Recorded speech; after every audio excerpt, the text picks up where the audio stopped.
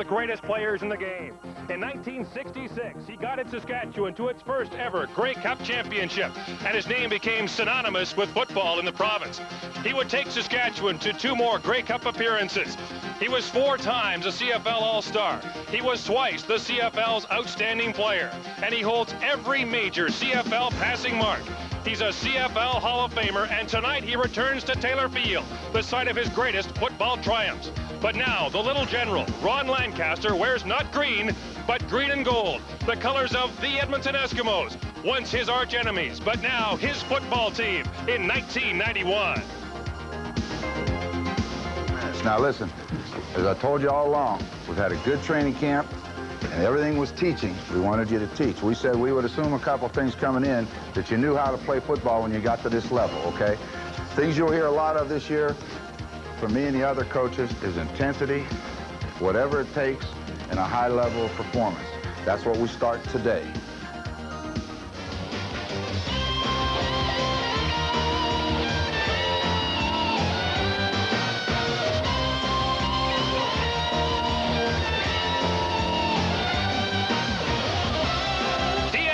Presents the CFL Game of the Week. Tonight's game brought to you by Diet 7-Up. It's cool to be clear.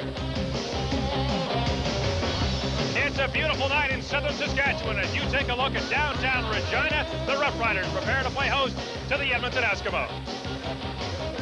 Good evening, everyone, and welcome to Taylor Field. I'm Gord Miller. Whenever Ron Lancaster comes to this province, his every move is watched. And while the fans here still cheer his name, they look at him now with mixed emotions because Ron Lancaster is now the head coach of the Edmonton Eskimos, the team Saskatchewan loves to hate. Well, it's something that I always wanted to do. You go all the way back to high school, I'd always wanted to coach more than play. And I didn't want to wake up 5 years from now, maybe not getting the opportunity to do what I always wanted to do. And felt the time was right and the opportunity was right, so why not? Let's go ahead and do it and have some fun. There's a lot more to this rivalry than Ron Lancaster, though. These two teams have met in the playoffs each of the last 2 years. Each team has won once. And for more on tonight's matchup, let's go to the men who will call the action, John Wells and Leif Pedersen.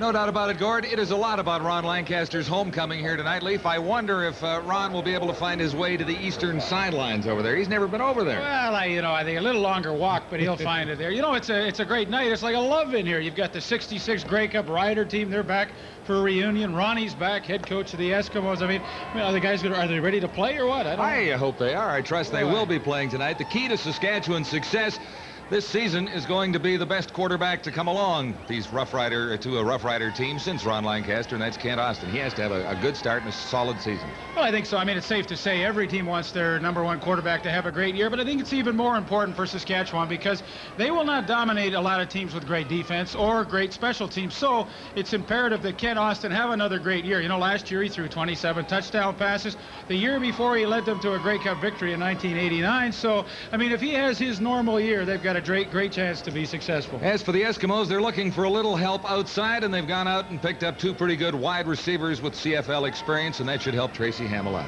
Well, it really will. I don't think they've been happy with their wide receivers since Brian Kelly retired after the '87 season, but now, as they begin 1991, they've got 2 fine ones. Jim Sandusky returns from a 2-year absence in the NFL, and he, of course, had some great years with the BC Lions and the Edmonton Eskimos. David Williams, he had an MVP year 2 years ago. Everybody knows what kind of talent he has, so as Ronnie Lancaster makes his debut as a head coach, I think he's got 2 great wide receivers to work with. Yes, and the return of the little general will be the focus of this football evening at Taylor Field. It's a great matchup of teams, and of these 2 players, Enos Jackson and Ray Elgart don't like each other. We'll be watching them all night long tonight. Coming up next, it's Saskatchewan, it's Edmonton, and it's coming up live on TSN.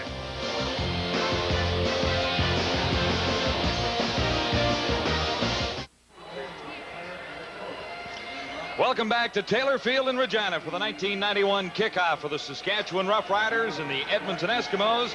The Eskimos won the last meeting between these 2 teams, the Western semifinal last year. And Ron Lancaster makes his first visit to the east side of Taylor Field after so many years on the home team side.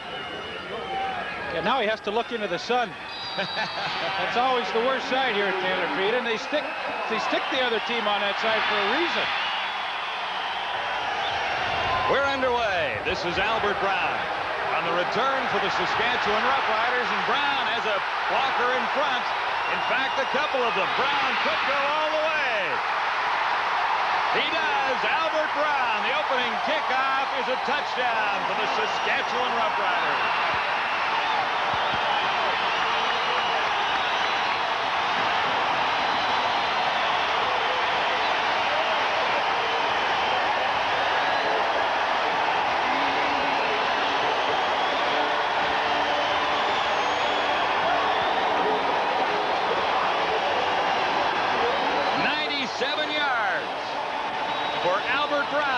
Roughriders lead at 6-0. Well, not a bad way to start if you're a Saskatchewan Roughrider fan. Good blocking, and well, you really only need one good one. Ray McAreedy, the kicker, taken out, and Albert Brown on the first play of the 1991 season for the Saskatchewan Roughriders, 97 yards. Whoa. Convert good, 7-zip. That didn't take long. Have not seen that for some time. Well, only 13 seconds into this ball game, and you're going to see they set it up, take it straight upfield. That bunches all the Edmonton Eskimo kick cover guys into the middle, and as Albert Brown breaks it to the outside, he's got Paul Bushy in front of him. Bushy gets the last little block to spring him loose, and that's 97 yards, and you don't see it done much better than that.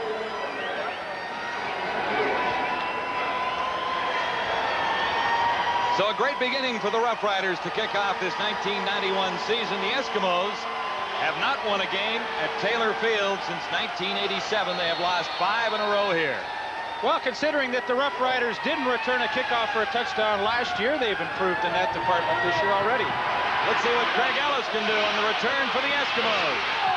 Cut from behind near the 45. And Paul Bushy was there on that play as well to make the stop on Craig Ellis. So Tracy Ham leads the Eskimo offense out onto the field. 36 touchdowns in 1990. Well, it was a great year for him. That 36 tied a record that had been set a few years previous to that by Warren Moon. So, you know, Tracy Ham's in some pretty good company when he ties a quarterback like Warren Moon was. First down for the Eskimos. And Ham looks to throw, now decides to run. That's Tracy Ham's game, and he's out across the 50. A gain of 7. Perfect night for football at Taylor Field. 23 degrees, no rain in sights, and the wind really not a factor. Well, they've had so much rain out here at John Gregory said this is very unusual for them to be playing on a dry field. And you take a look at Tracy Ham. I know in talking with Ron Lancaster, he has really encouraged Tracy to do a lot of running. He feels that is the success of their offense, his running ability. Reggie Taylor on 2nd and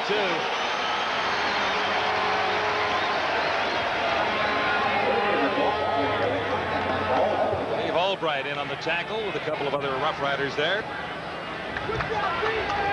Well, pretty good penetration by that Saskatchewan Roughrider front four, and they hold Reggie Taylor short of that first down. A couple of new additions to the front four, the Saskatchewan Roughriders. Wayne Drinkwalder gets a chance to start, and so does Don Bankhead, number 72. Dave Albright, well, he's been with them for 6 years in the middle, and pretty tough customer, and he made a good play to keep Reggie Taylor short of that first down. So enter Ray McAreedy on 3rd down. McAreedy stands back at the Eskimo 37. One man back, happens to be Albert Brown.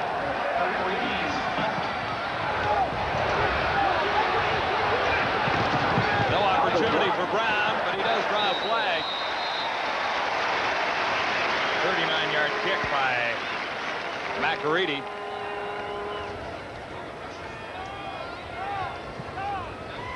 Well, I'm sure they're going to just call that a 5-yard unintentional no yards penalty because Blake Marshall really was trying to get out of the way. That drives me crazy. You know, the guys are trying to get out of the way, but yet they throw the flag anyway. 7-0 Saskatchewan. It is early in the opening quarter. No yards. Edmonton number 43. First down.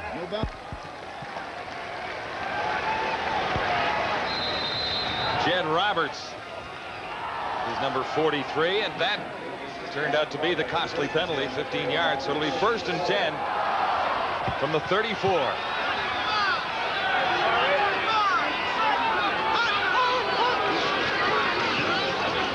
Good fake by Kent Austin. Looking deep. Fairholm can't quite bring it down, but draws a flag. Enos Jackson covering. So is Jim Rockford. There's no question there was some contact downfield between Enos Jackson and Jeff Fairholm, but the Roughriders pick up a lot of yardage on that play. Forward pass interference. 39 Edmonton number yards. 29. First down. You see the tail end of this. See the right arm of Jackson pushing in there on Fairholm, and referee said that's just a little too much. Call it a 39-yard penalty, and Don Narcisse on the receiving end of that Kent Austin pass for a gain of a little better than 5. Up front for the Saskatchewan Roughriders, just about the same as last year with one exception. Chris Giaskis at left tackle, and everybody else is back in the same spot as 1990. Boy, you look at Roger Aldag and Bob Poley. Between them, 30 years experience. The receivers, the only change really, Willis Jaycox at the one wide receiver spot. Everybody else back. Lucius Floyd in the backfield. He's an exciting running back. Fairholm was the intended receiver, and he ran right into the post. There's a flag down.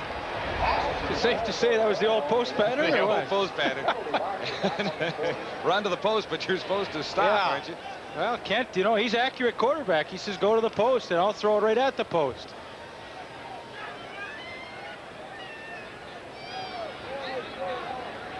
This will be interesting because there's no question they're in definite Dave Ridgway range here.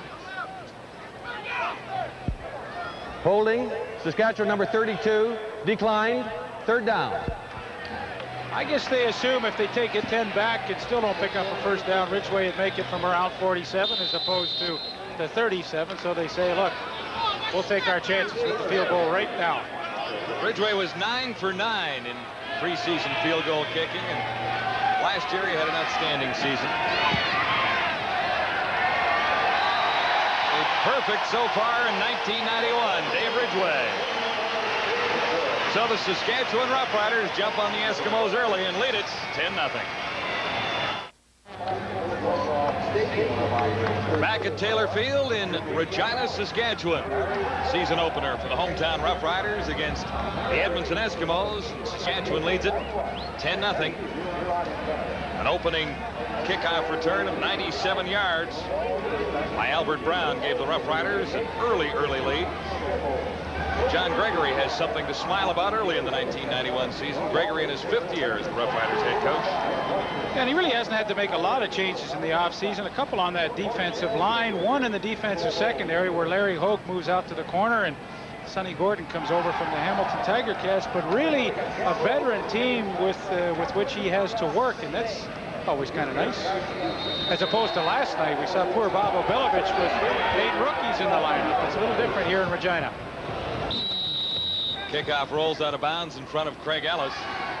Back to the Albert Brown 97-yarder for the touchdown. That's the 2nd longest in Saskatchewan history. Kickoff. Back in 1971, Bobby Thompson took one back 115 yards. Bobby could run. Yeah, he was quick, wasn't he? Yeah, he was a great receiver, running back. And number 26. Ronnie threw it to him a few times. Bobby Lee Thompson. Not the way Ron would like to have started this game. 10-zip early. The offense really hasn't been on the field for any length of time for the Edmonton Eskimos. But they've got a crack at it here now. This is Ellis on the return for Edmonton. Ellis out across the 45 to about the 47. Stopped by Pitcher and King. Number 89 is David Pitcher. 20-yard return for Ellis, and Ham gets another crack at it now. Well, last year, once again, he rushed for over 1,000 yards. 2nd year in a row that he'd been able to do that. In fact, broke his own record for quarterbacks rushing the football. His 36 touchdown passes as well indicated he had a super year, and expect this year to be no different. Williams on the receiving end, and then Tracy Ham toss stopped by Suter. Looking up front at the Eskimos, not very many changes along the offensive line, really only one. Mike Dirks moves in at left guard. And the rest of the boys were there last year. The receivers are brand new on the outside with David Williams and Jim Sandusky, and inside Ellis and Gartman. And in some trouble, got away from it. To the far side for Sandusky. Bobby Jurison putting a little pressure on the quarterback. Well, he was the sack leader for the Saskatchewan Roughriders last season, and once Tracy Ham breaks out to the outside, it's Jurison's job to try and run him down. He almost got him, but Tracy Ham, pretty tough to bring down in the open field like that. Not too many times has a guy like Bobby Jurison been able to catch him from behind. 2nd and 10. Ham looks over the middle. Craig Ellis has a first down. Stop near the 31. Glenn Suter made the stop for Saskatchewan. Boy, John, that's exactly why Craig Ellis led the league with 106 receptions last year. Tracy Ham in trouble, and Craig Ellis coming across the middle, just settles down in an open spot, and then he moves around a little bit. 17-yard pickup for Craig Ellis, and wow, what a year he had last year. If he can duplicate that, they're going to be tough. Not this time as Jurison gets through and gets Tracy Ham. The newcomer, John Bankhead, helping out.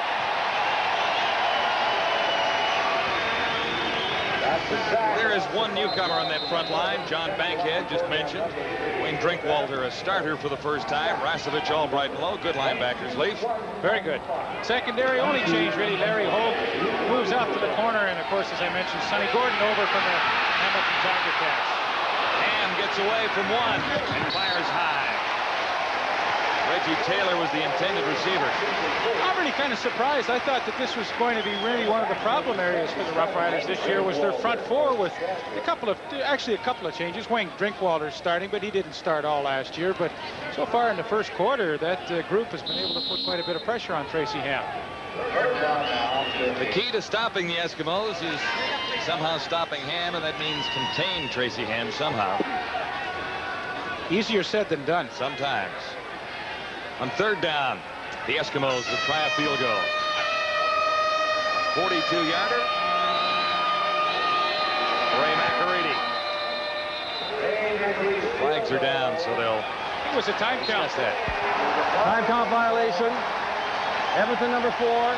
3rd down repeated. That's tough when you're kicking from the 42, and now you got to move it back 5 to the 47. The little things. McAreedy's longest field goal kick last year was from 47 yards away.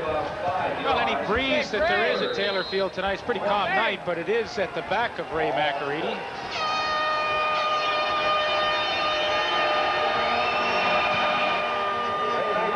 From 47, McAreedy wide.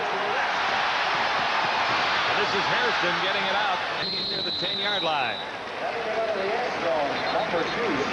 So the Eskimos come away empty once more. McAreedy is wide, and Saskatchewan leads 10-0. I don't know about the like green on green. I'm group of pickles out there or what? I don't know. Cucumbers at least, yeah. Well, that's the way it was back. The 66 Riders, I'll tell you, they liked that color because they won the Grey Cup with that. Well, that's how they got the name, the Jolly Green Giants, back in those days of great success in the 60s. First down now, Saskatchewan. Austin near side, Don Narcisse, and they roll with a catch. Narcisse stepping out in front of Bennett. Well, I love to watch Don Narcisse play. He's had a couple of great back-to-back seasons. Again, last year, over 1,000 yards, all Canadian 2 times now. But he runs precise pass patterns. I think the best one he runs is that out pattern. And that time, Roy Bennett didn't have a chance. Don Narcisse, one of the better one-on-one receivers in the league. From the 24 now, this is Lucius Floyd, his first carry. And Floyd gets out to the 30. Gain of 6.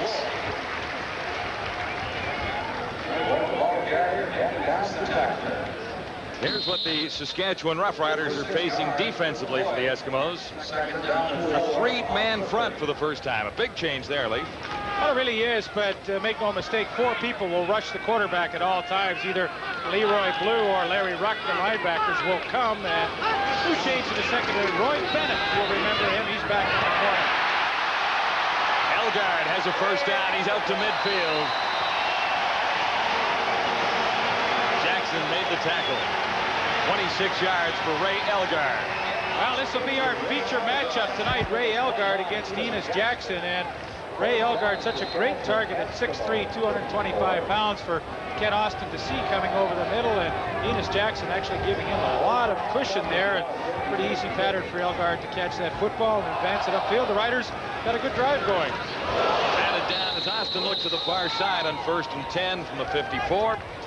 That was the toaster, Brett Williams, with a big mitts up in the air that time. The toaster back at it again, his 4th year with the Edmonton Eskimos. Last year, tied for the team lead at sacks with 9. And boy, he is a character. Always fun to have a chat with him before the game, and never a lack of a good story or two about training camp and what's gone on. But he kind of likes it with Ronnie around. It's a new regime. Austin from the shotgun just got it away. Elgard had it tipped out of his hands at the last second. Well, this I think is that what was Jackson once more. Sorry, John. This is what the Edmonton Eskimos want to do with Leroy Blue. He was in applying the pressure to Ken Austin. Now they will line him up and bring him from everywhere rather. He gets there just as Austin releases the football. Enos Jackson with a good move underneath on Elgard to knock it away, but that's the kind of defense you're going to see from Edmonton. Leroy Blue will line up and come from everywhere, and the Saskatchewan Roughriders might have some difficulty picking him up. Mike Lozecki set on 3rd down, standing back near his 40. Mike Lozecki. And no running room far side for Williams. That's Henry, the Gizmo Williams. 39-yard punt for Lozecki and no return possibility. Got 3 Williams going for the Edmonton Eskimos. We got the Giz, we got David, and we got the toaster Brett. Boy, last night we had the Clark brothers from BC. We had Will Johnson and Alondra Johnson for Calgary.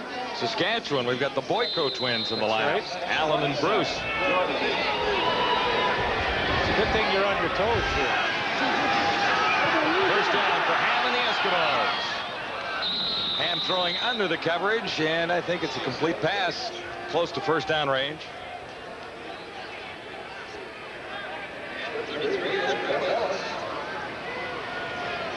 The Roughriders are throwing a bit of a new look at the Eskimos, trying to catch them by surprise with their front 7, some different formations and stunts. They felt they confused the Eskimos in the first 2 series. Gain of 9, 2nd and 1, loose ball, Saskatchewan. Dan Rasevich has the recovery, and everything has gone the way of the Riders so far tonight. Well, you don't see Blake Marshall fumble the football too often, but a pretty good pop here knocks that ball loose. And Dan Rasevich, who's really blossomed at the outside linebacking spot the last couple of seasons, makes the recovery. Good hit by Eddie Lowe, the 9-year veteran from Alabama, knocks the ball loose. You're going to get a great look at it here. Here comes Blake Marshall right up the middle. The helmet's right in there, knocks the ball loose. And the Saskatchewan Roughriders have an enormous opportunity to add to their 10-zip lead. Nelson Jones on first down from the 32, from the 24 rather. Both teams really have the same kind of backfields. The big bruising fullback, Nelson Jones for the Riders, Blake Marshall for the Eskimos, and then the good fleet running backs with Lucius Floyd for Saskatchewan, and of course Reggie Taylor for Edmonton. 2nd and 4. Saskatchewan with 5:28 to play in the opening quarter. The Roughriders in the lead. 10-0. Austin with time. Looked for Fairholm, and no one was home. That's Rockford, number 5, former Hamilton Tiger Cat. Jim Rockford. Jim Rockford coming over, signing as a free agent in the offseason, but it was great coverage, really, by Enos Jackson on Jeff Fairholm. Enos Jackson flipping mostly to the short side of the field tonight, and as Fairholm tried to break it back to the corner, Enos Jackson just held his ground and shielded him off, and no way that could be completed. Dave Ridgway enters. 1 for 1, this one from 25 yards away, and the field goal is good. 13-0 for the Saskatchewan Roughriders, leading the way on the Eskimos in Game 1 of '91. Last night here in Regina, the Rough Riders honored the members of the 1966 Grey Cup championship team, the first Rough Rider team to bring a Grey Cup title to the city. Of course, Ron Lancaster, as he was then, was front and center at the reunion, and he got some good-natured ribbing from his former teammates now that he's a coach of the Edmonton Eskimos. Now, if there was a curfew last night, some of the players might have broken it a little bit. I understand the celebrations went well into the night as the players rehashed their old memories. And before the game tonight, in front of the crowd here at Taylor Field, the members of this great football team were brought around in front of the fans in old-time cars, including Hugh Campbell, the former great receiver for the Saskatchewan Roughriders. All the players got a nice hand from the crowd here at Taylor Field, which honored one of its truly great teams. And the players all in attendance here, including Eagle Keys, a key part of that ball club, Ted Ernest, another member there. And in fact, a number of these players were asking after Leif Pedersen, who of course joined the Roughriders later on after that Grey Cup victory. Now back upstairs. Missed the Grey Cup by a couple of years, partner, didn't Yeah, you know, strangely enough, quite a few of those guys back for the reunion were teammates of mine. Clyde Brock, Don Banuk, Ted Kaczynski, Ronnie Lancaster, of course, George Reed, who's not there. And who else? I think I left some. Well, Jack Abington, Ed McQuarters, fine. Yeah, quite a few hung around. I'm getting older, I think.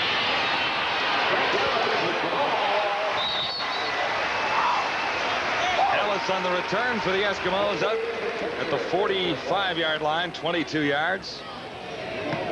And Lancaster was a little happier last night than he is so far with the proceedings here this evening. And I'll guarantee you, he wasn't one of the ones coming in the wee hours of the morning.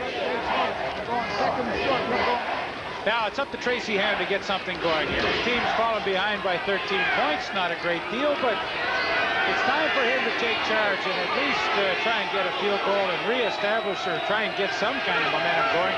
His defense has been on the field too much. Flags are down. Looked like some early movement from the Rough Riders side of the line. Reggie Taylor carried. Rasevich made the stop. And the Riders were, in fact, offside, as the indication from referee Dave Ewell. Offside, Saskatchewan number 77. First down repeated.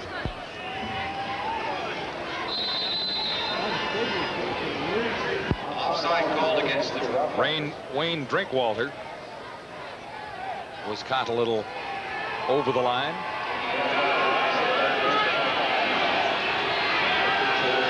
So it'll be 1st and 5, Edmonton. Blake Marshall has the first down. He's across midfield and inside Saskatchewan territory.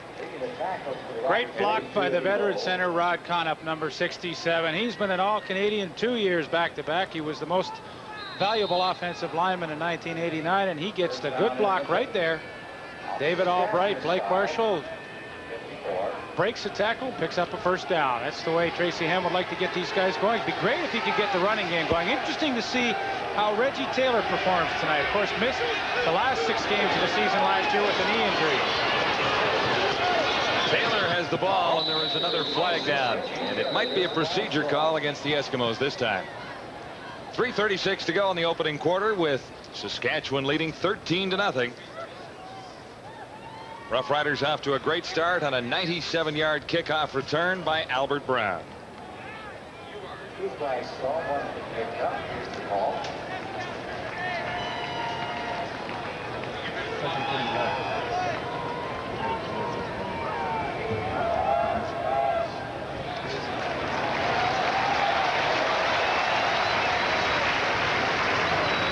So that'll cost the Eskimos. Procedure, Edmonton number 68. First down repeated. Mike Dirks, the left guard. Some pretty costly penalties for the Eskimos earlier. Delay a game penalty cost them a field goal, and now this cost them a first down. And another flag is down. This one in the Eskimo backfield. Jordan Gartner, I think, caught for holding.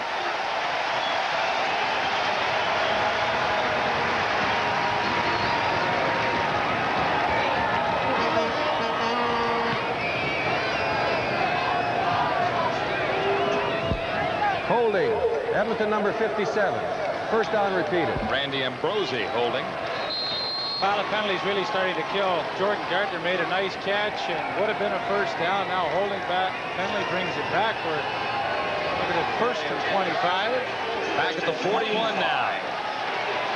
Big numbers against the Eskimos. 74 yards already. And a procedure call. This is Blake Marshall.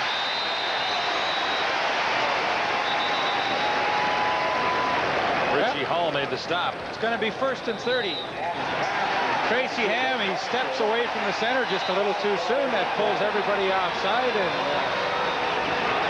not the way he probably dreamt about it last night, the way it would be. I don't know if Ron was dreaming last night. I think that maybe a few butterflies coming back to open the regular season at the park that he filled so many times. Well, it's 1st and 30. It's funny when you talk to players, and I know I felt this way when I played. You know, before a game, you think about, you know, what you're trying. Edmonton number 8, declined, 2nd down. You think about what you're going to try and do, and I know the worst fears for the players and the coaches too is just not to screw up. And I'm sure Ronnie was thinking about that last night too. He was thinking, gosh, I just want to make the right calls from the sidelines and the right decisions, just not screw up. Williams can't make the catch. David Williams. Larry Hogue was covering.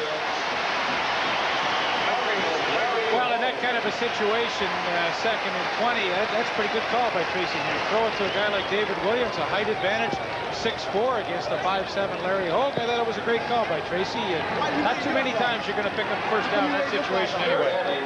How come you wave yours off? Yes, I said, right? So the Eskimos kick it away again. One man back for the Roughriders. McEready gets set. Willis Jaycox at the 15.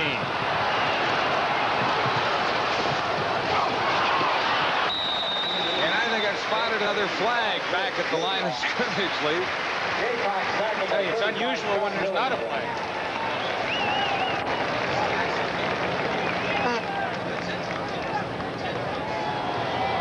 49-yard kick, 13-yard return, and we wait for the official call.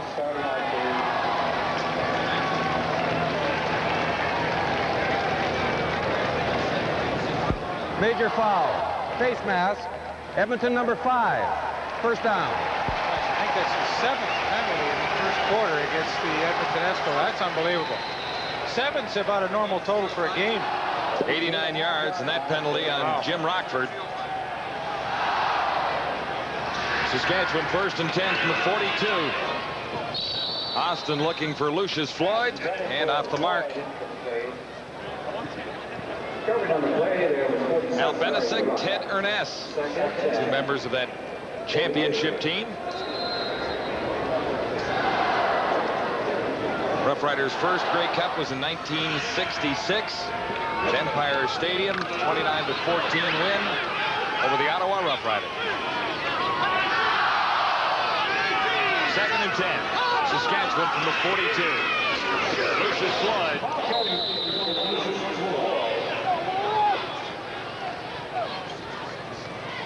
Leroy Blue made the stop after a gain of 3. I'd really be shocked if in some shape or form Leroy Blue didn't have an all-star season this year. You know, they've got the kind of a defense that I think he can really excel. He will line up in a number of different positions.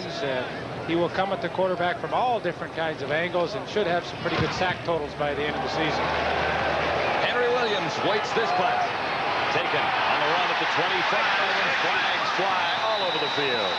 I don't know about you, but I'm getting tired of seeing these flags. My, oh my.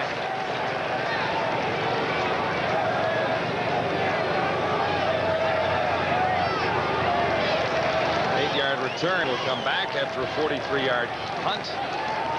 Well, I guess if they're committing it, they got to call it. Illegal block, Edmonton number 43, 1st down.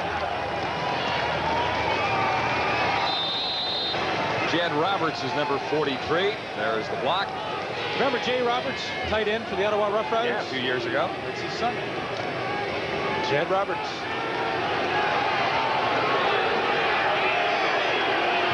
2:14 to go in the opening quarter. 1st and 10. Eskimos from the 19. Good fake by Ham. Now he's in trouble and dragged down by Bobby Jurison. Another flag.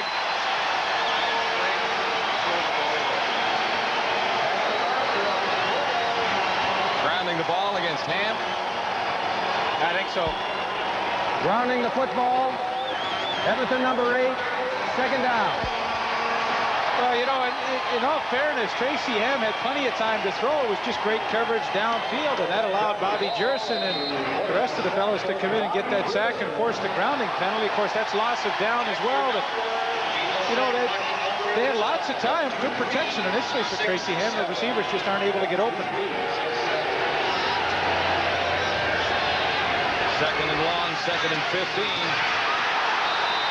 And a big hit on Gartner after he made the catch. You know, that's a defensive back's dream. Stacey Hairston was up in a zone coverage. That means he's got the short, flat area. All he does is look inside at the quarterback and read the pattern, and he gets a free shot at Jordan Gartner. And believe me, folks, this hurts. You have no protection back there, and watch as Gartner comes out into the flat. Stacey Hairston leaves his man and just comes up and unloads. It's not a lot of fun. Well, it's fun for Stacey Hairston. Yeah, absolutely. It hasn't been a fun night so far for the Eskimos. I still think like a receiver sometimes. McAreedy got it away, but just. This is Willis Jaycox on the return for the Roughriders. Has room on the sidelines. He might have been out. Yes, he was.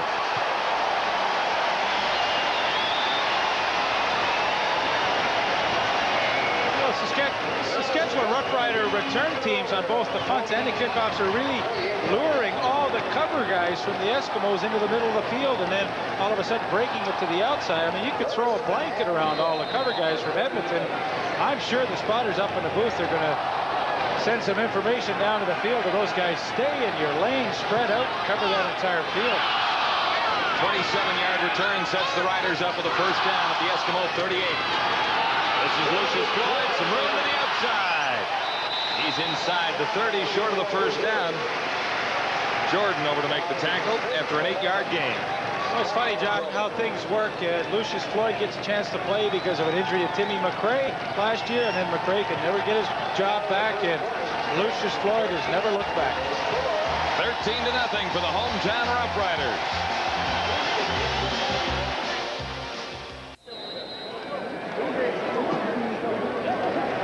Just a great opening quarter for the Saskatchewan Roughriders who lead the Eskimos 13-0.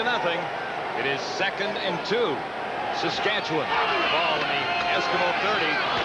Wilson Jones should have the 1st down.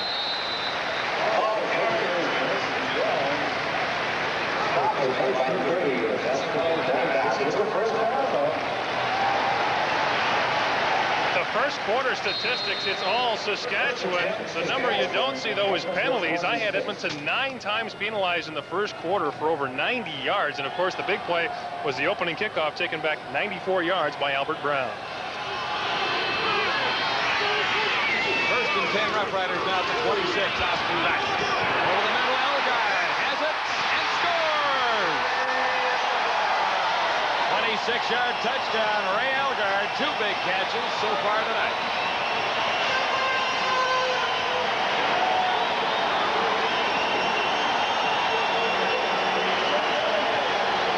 Well, there's no question. Kent Austin loves to throw to Ray Elgard over the middle because, number one, he's a fearless receiver in that area.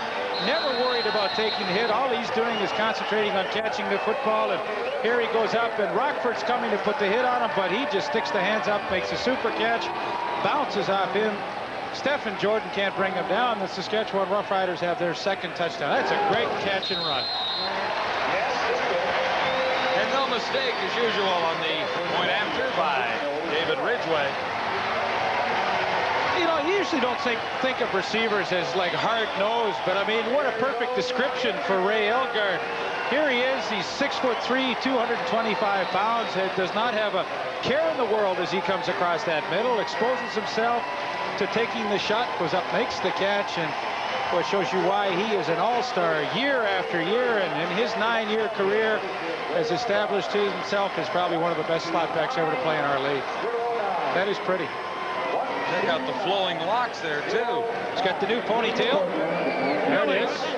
Well, he did that 11 times last year, 11 touchdown receptions for him, and gets his 91 season off to a good start. Oh, no, he had the elastic on before the game with the ponytail. He's taking it off now. Greg Ellis taking the kickoff back near his 15. And he's out across the 40 to the 42, stopped by James King, a 30-yard return. The Eskimos have had decent field position to begin their drives. They just haven't been able to get anything going. Well, I mean, Gord Miller said it all. It's penalties. You just cannot function as a team. Every time you look around, the flag's on the ground, and it's against you. First and 10 to go, Edmonton. The Eskimos begin at their own 41.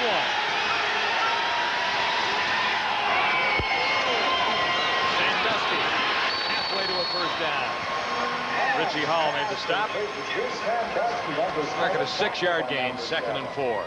Nice to see Jim Sandusky back in the league. 4 great years with the BC Lions. Spent 1 with the Edmonton Eskimos before he took off for the Seattle Seahawks of the NFL. Didn't work out very well for him down there. Injured most of the 2 years he was there, but he said he had an opportunity to work with Steve Largent, who was one of the greats to play in the NFL, and he said that experience was just invaluable for him. 2nd and 4, Edmonton. 47, and to the far side. Sandusky has a first down. A few to spare. Forced out by Larry Hogue. 18-yard gain. The Roughriders scoring drive covered just 38 yards, takes just 59 seconds as Ray Elgard gets the touchdown. And by the way, Edmonton fans, if you think you've seen this before, you have. Last August, Saskatchewan built up a 30-point lead over Edmonton in the second quarter and went on to win 49-24. First and 10 Eskimos at the 45. Ham goes deep. David Williams, and he makes the catch. Down to the 4-yard line in front of Larry Hogue. Nifty little 41-yard pickup. Well, I like the idea of the play action because it allows Tracy Ham to freeze the linebackers, and then he gets a good vision downfield to pick out. See David Albright, he's frozen. Ham just steps back, and Williams such a great target. You know, this is a bit of a mismatch. I mean, no disrespect to Larry Hogue, but he's only 5'7", and Dave Williams is 6'4", and a notorious leaper. He can go up over the top of defensive backs, and that was a great catch he made. Kind of an off year for him last year, as you saw his numbers, but they're looking for big things, obviously, from him this year. Eskimos first and goal to go from the 4, but a flag comes down as Marshall crosses the line.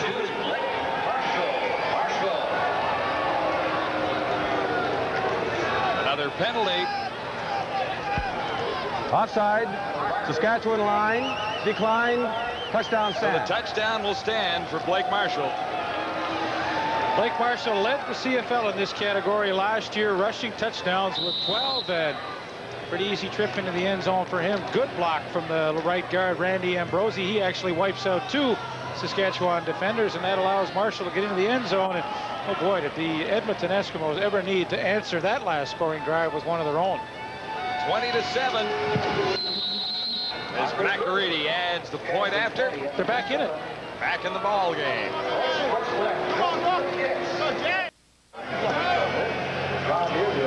Well, the Eskimos finally answer the Saskatchewan Roughriders, scoring with 1 touchdown anyway. It's 20-7.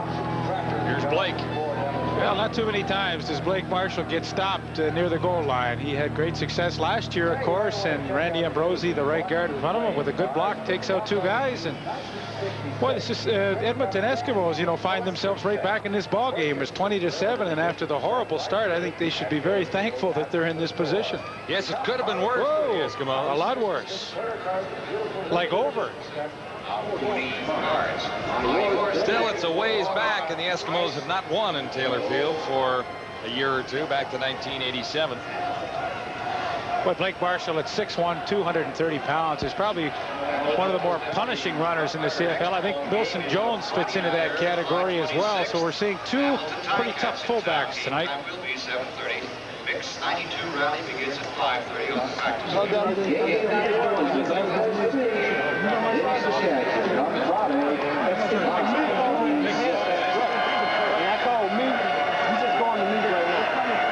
Defensive coach Ted Heath talking to the Roughriders on the bench. McEready. Top deep. This is Willis Jaycox on the return for the Riders. Out to the 35. 15-yard return. The big play on that 69-yard drive was the 41-yard pass and run from Tracy Ham to David Williams. And Blake Marshall, who led the CFL in rushing touchdowns last year, gets his first of the year, a 4-yard run. 1st and 10, Roughriders begin this drive from the 35. Lead the Eskimos 20-7. 12 minutes remaining in the second quarter. Get out from the far side. Narcisse can't bring it down. Covered by Roy Bennett, former Blue Bomber, who's back in the CFL after some time away. Well, he spent some time with Washington in the National Football League, but he had a couple of all-Canadian seasons with the Winnipeg Blue Bombers back in 1986 and 87. In fact, in 1987, Roy led the CFL with 13 interceptions that particular year. 6 years as a pro, and now in his first season with the Edmonton Eskimos. From the shotgun on 2nd and 10, Austin. Look for Fairholm, and there's lots of coverage on Fairholm. Jordan was there, number 11. Really, the Hamilton, the Hamilton connection back in that Edmonton secondary. Stefan Jordan, number 11, Jim Rockford, number 5, both spent a number of years with the Hamilton Tiger Cats and now in that Edmonton secondary. And this is not a good sign if you're a Saskatchewan Roughrider fan. Kent Austin down on the ground. But this is a good sign. He's up pretty quickly. Larry Ruck applying the hit to the Saskatchewan quarterback.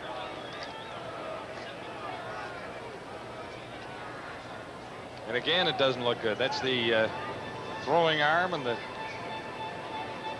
shoulder possibility.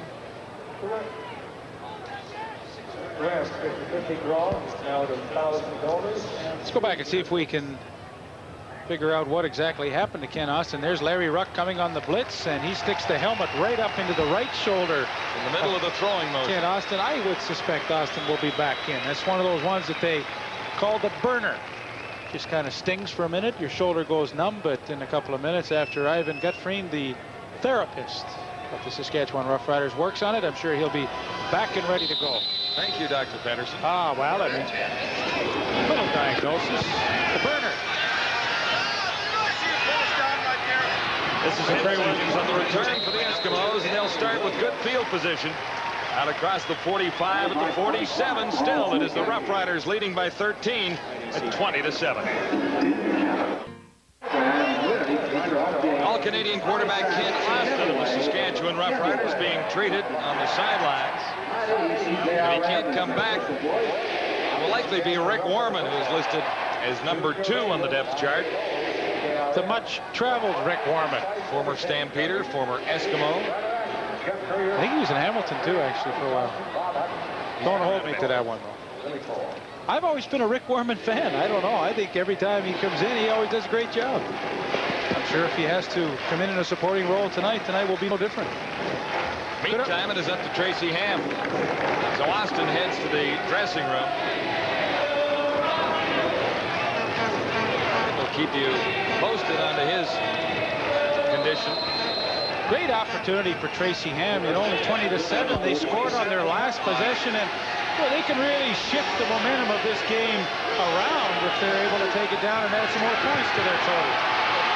Flag is down.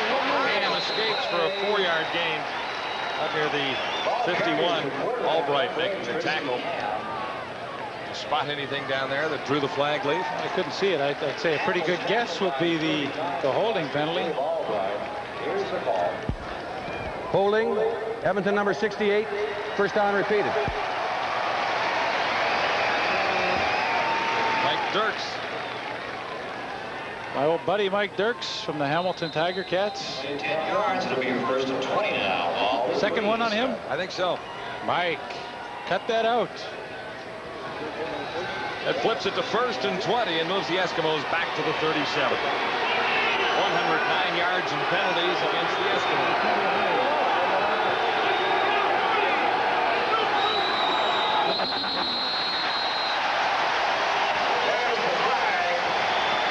And that's another one. Gordon. Time count violation. Edmonton number 8. First down repeated. Kent Austin has been taken to the Saskatchewan dressing room. He has what's called an AC sprain. His shoulder joint is sore. Now, they're not sure if he'll be back or not. They've got to test the severity of it. He can't lift his arm over his shoulder right now, so Rick Warman is warming up. Well, Warman won't be in for a minute or two. First down and 25 for the Eskimos. And in some difficulty, now he gets free.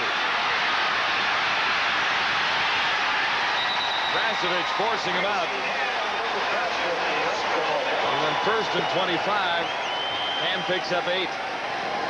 Well, I've really been impressed. I've been impressed with the pass rush of the Saskatchewan Roughriders tonight. They've been able to put a lot of heat on Tracy Ham. There you see Wayne Drinkwalder, 77, 72. John Bankhead, he gets some pressure. And then finally Dan Rasevich showing some pretty good speed.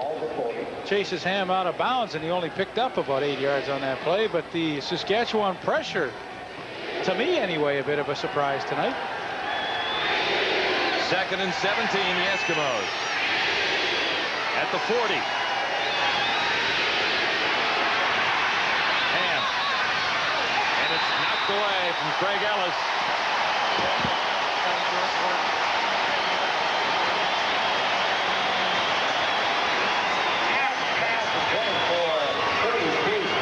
Gordon covering.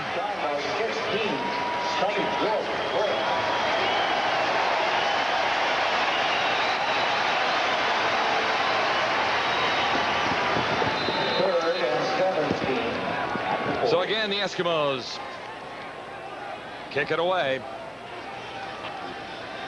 Ray McAreedy averaging 45-3.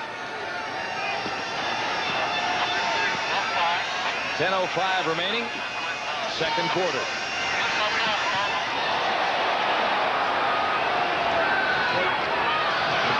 Willis Jacobs finds a hole up the middle and heads to the right. Far side, brought down near the 55. 29-yard return. Saskatchewan special teams have been impressive tonight.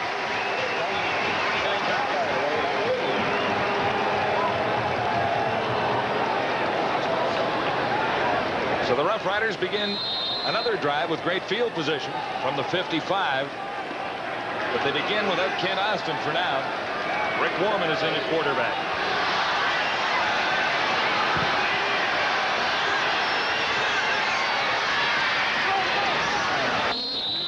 Jones carrying for Saskatchewan, a couple of yards for Jones. Nice safe call to get warmed up. I don't know, something about Rick Warman I always liked. Hasn't been a starter too much in his career in the Canadian Football League, but really any time he's been called upon to come in a backup capacity, I've always been impressed with the way he's been able to lead a football club. 2 years ago, actually, he came in and did some great jobs with the Calgary Stampeders. Gain of 1, second and 9, Saskatchewan with Warman at the controls. And Warman looking for Elgard and timing a little out over Elgard's head. So it'll be third down, Rough Riders. 8:55 left in the second quarter.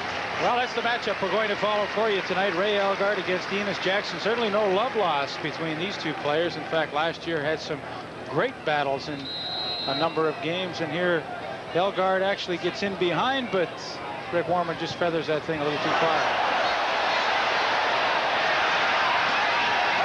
For the Eskimos on the return, Jim Sandusky. Out to the 22, and Lucius Floyd brought him down. 16 yards on the return after a 49-yard punt.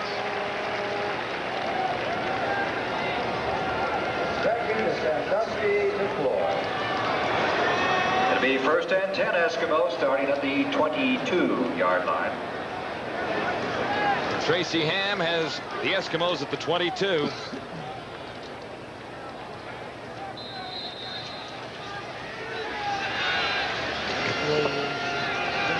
20-7. The Roughriders leading the way. Tracy Ham, 111 yards passing.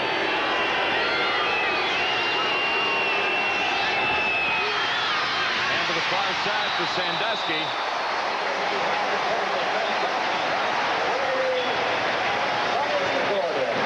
Well, there's no question for Ron Lancaster coming back to Taylor Field tonight. It must have been a pretty emotional thing for him, and we talked to him about that before the ball game. You know, I was kind of excited about coming here. I feel that I know playing in Taylor Field in Regina is a hard place to win. And if you're going to meet fans that get right into the football game, this is a place to do it. So I think when you put those two things together, it's a good test for us. It's a good test for me. It's a good test for our football team to see how well we can respond to the pressure, because the Riders always play well here, and you have to have a heck of an effort to do it. Those words rather prophetic before the game. Talk about a test. Yeah, it's a test now to see if they can come back. 20-7 here in the second quarter, but a real favorite here, no question about that. Ronnie Lancaster, favorite everywhere. Ray McAreedy has been busy tonight. And gets set to kick once more on third down inside the 10-yard line. Willis Jaycox is back for Saskatchewan. Standing there is 45.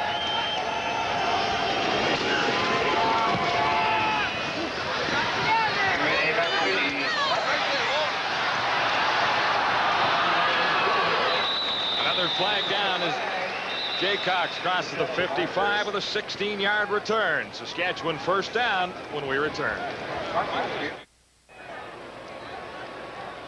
Welcome back to Taylor Field in Regina. Rick Warman at the controls of the Saskatchewan Roughriders for now, with Ken Austin in the dressing room with a sore shoulder. The old short shoulder? The old short shoulder. 7:29 till halftime. Well, as we talked about earlier, it's Old Home Week here in Saskatchewan. A lot of the Roughriders from the first ever Grey Cup championship team in 1966 are in town. This is Ted Dushinsky. The Polish Prince. The Polish Prince, Yeah. with his old teammate Leif Pedersen. My idol. Ted, I tell you what, Ted was nice enough when I came here as a rookie to take me under his wing, and he nearly ruined my career before it even started. There was more to football than just practice and playing, wasn't there? There was. There's know how to react outside that little field out there. Oh, yeah. You performed well. Yeah, well, you were a very good teacher. Hey, a lot of fun coming back and seeing a lot of old friends, I'm sure. Always fantastic. The Rider organization just bent over backwards for us. They just treated us royally, and we really appreciate meeting some of the old boys from way back when. Now, Ted, how come a guy from Saskatoon sounds like a guy from Tennessee all of a sudden? How do you get an accent like that? I've been down there now, John, for about 8.5, 9 years. My wife, Susan Jacks. She's back home working, making $1 for us. And what we're doing back up here, my son Clyde and I are enjoying a football game in the old Union in 66. Great day. A lot of folks around the country might remember Susan Jacks from the Poppy family years ago, a very famous singing group. And Susan's got a record coming out of here. Yeah, she'll be either this week or next week. She's got it coming out. It's released out of Toronto, and she's doing a little Timmy Telephone in Vancouver this December. So Great. She's still in the market, and she's doing great. Tell you what, it's great to see you, and definitely get together with you after the game. Good, and to say hi, Mommy Kelly. See you tomorrow. Thanks very much. Thanks, Ted. Thanks, Ted. In the meantime, the Roughriders have been moving the football again. Wilson Jones gets 12 yards.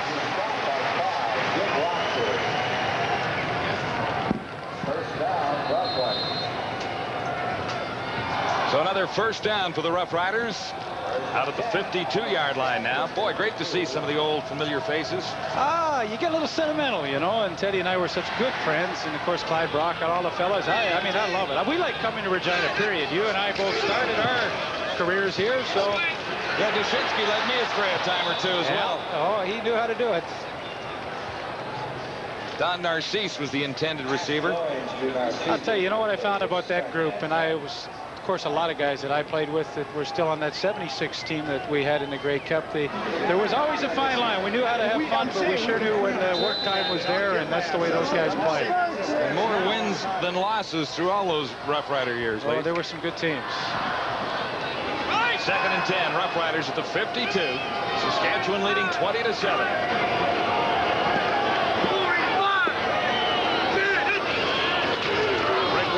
Controls with Austin in the dressing room. Jay Cox, the intended receiver, and they rule it a catch.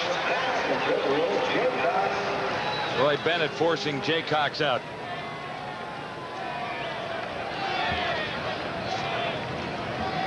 Well, it appears to me that Roy Bennett has not lost a step since he left here to try his luck in the National Football League. Here, 1-on-1 with Willis Jaycox, and he's right there with the close coverage. He knows where the first down marker is, and he knows Jaycox is not even close to it, so he allows him to catch that football, make sure he knocks him out of bounds, and then that forces Saskatchewan into a punting situation. This does not look good for Saskatchewan. Austin must have ice on his shoulder there.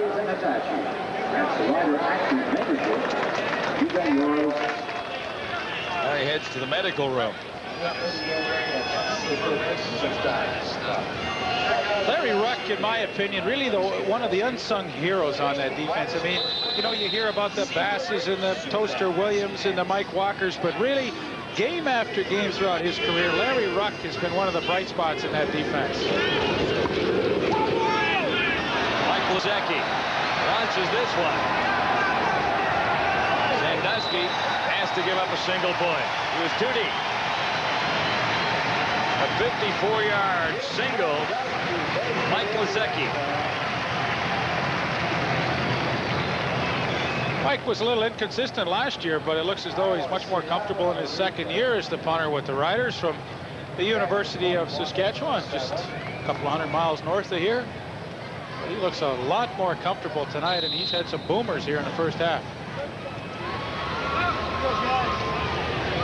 5:23 till halftime. The Eskimos had problems from the outset. Trailing 21-7.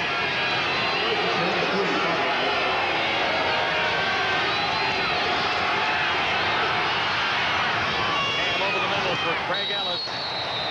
Eddie Lowe makes the stop after about a 5-yard gain.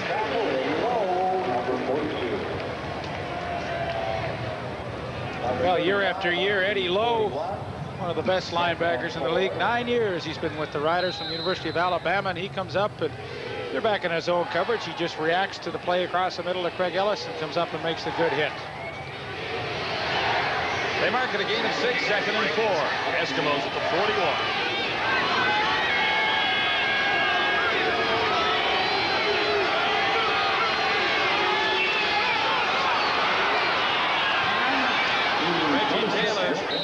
He's out to the 50-yard line. Good for the first down. 9-yard gain. The tackles was series first down for the Eskimos.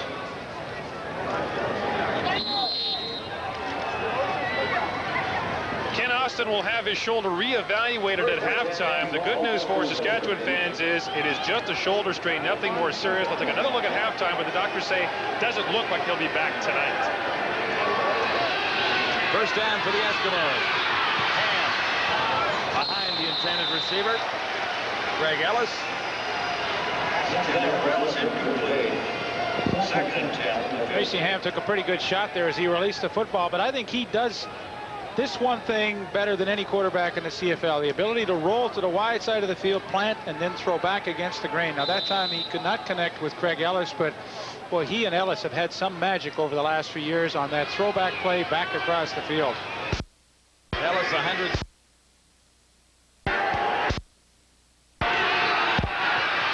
Second and 10. And gets away from the rush. Throwing on the run. Ellis is open, makes the catch. And Sonny Gordon was covering. There is a flag down back near first down territory. Flag on the play, folks.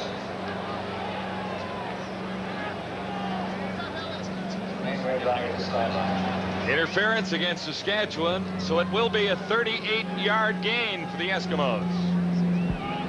Forward pass interference. Saskatchewan number 2, declined, first down. Sandusky away from the play. Is it Hairston drawing the penalty because it was back behind the play, Lee? I would say that's holding, interference, all of the above. And Ellis makes the catch after that. First down for the Eskimos at the 22. End zone look.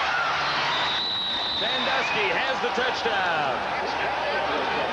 A 22-yard touchdown, and the Eskimos are right back in this thing. Boy, are they ever. What a beautiful drive engineered by Tracy Ham and Jim Sandusky. I mean, we talked about him in the opening. They are happy to have him back because he adds that threat that they really haven't had in the last few years at that wide receiver spot in behind Larry Hogue. Tremendous concentration on the football because that was pretty good coverage by Larry Hogue. Can't do it much better than that, but Sandusky, in his first game back, gets his first touchdown. Good job, Tracy. Good job. So after a pretty shaky start, the Edmonton Eskimos find themselves right back in this one. 22-yard touchdown, and it's a touchdown separating these two teams. Jim Sandusky is back in the CFL. Well, 3 times he had 1,000-yard seasons in this league before he left. So he is back in a big way. Good job, Good job.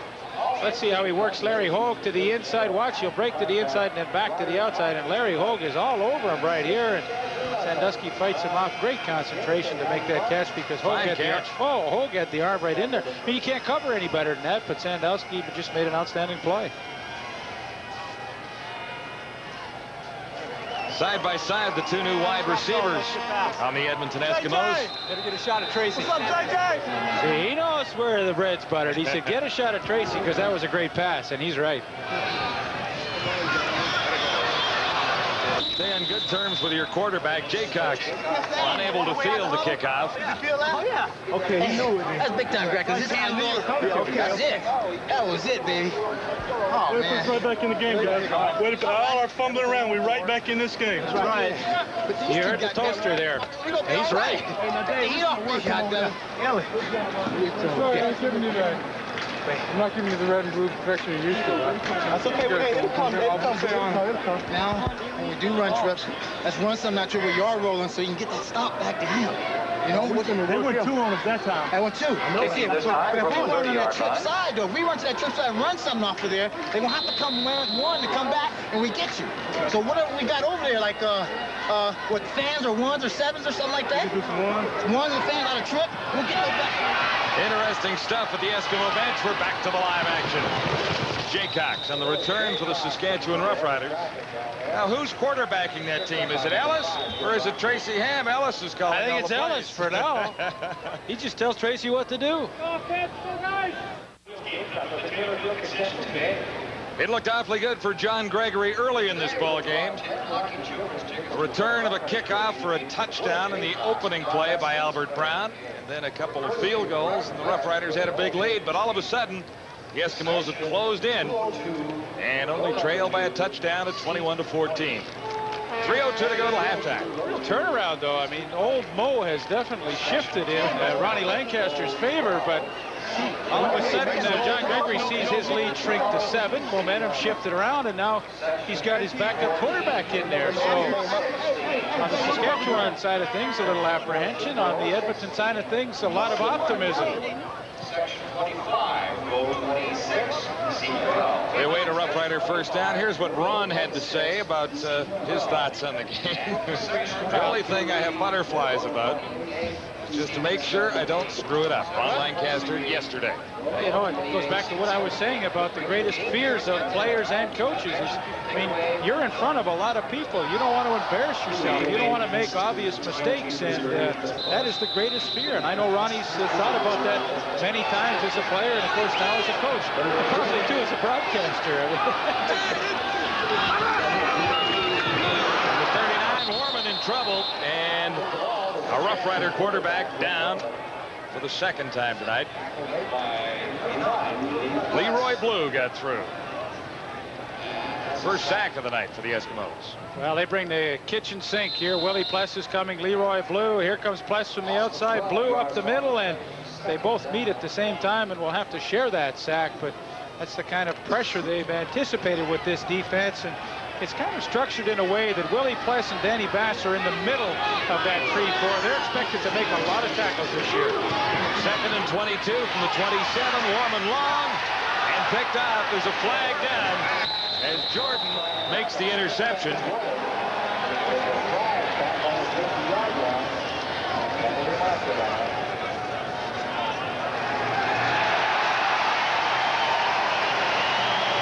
Penalty looks to be going against the Eskimos.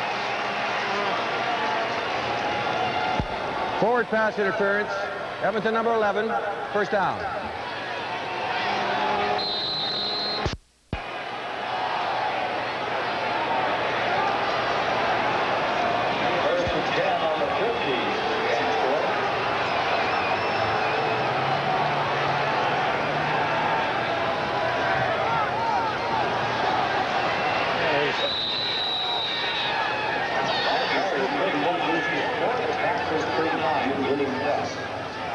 Pless making the tackle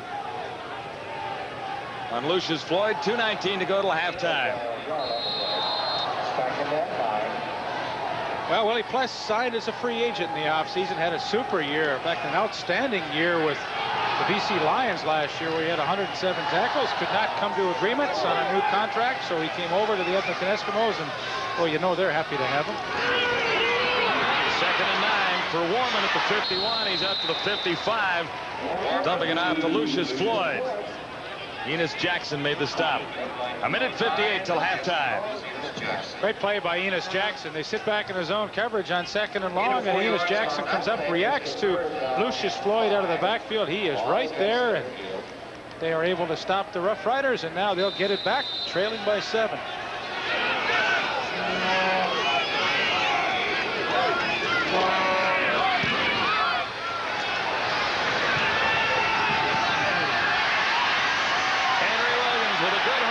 Turn here. Outstanding field position as he's got by Lucius Floyd at the 50. Stopped by Lucius Floyd. Good job, Lucius. Well, it gives every time he touches that football. I mean, you know he is one guy that can take it all away, and he gets Tracy Ham in the offense out. Nice field position at their own 50-yard line to start this drive. So with 1:40 till halftime, the Eskimos get a chance to get even here. That's lots of time for a quarterback like Tracy Ham with a first down at the Edmonton 50.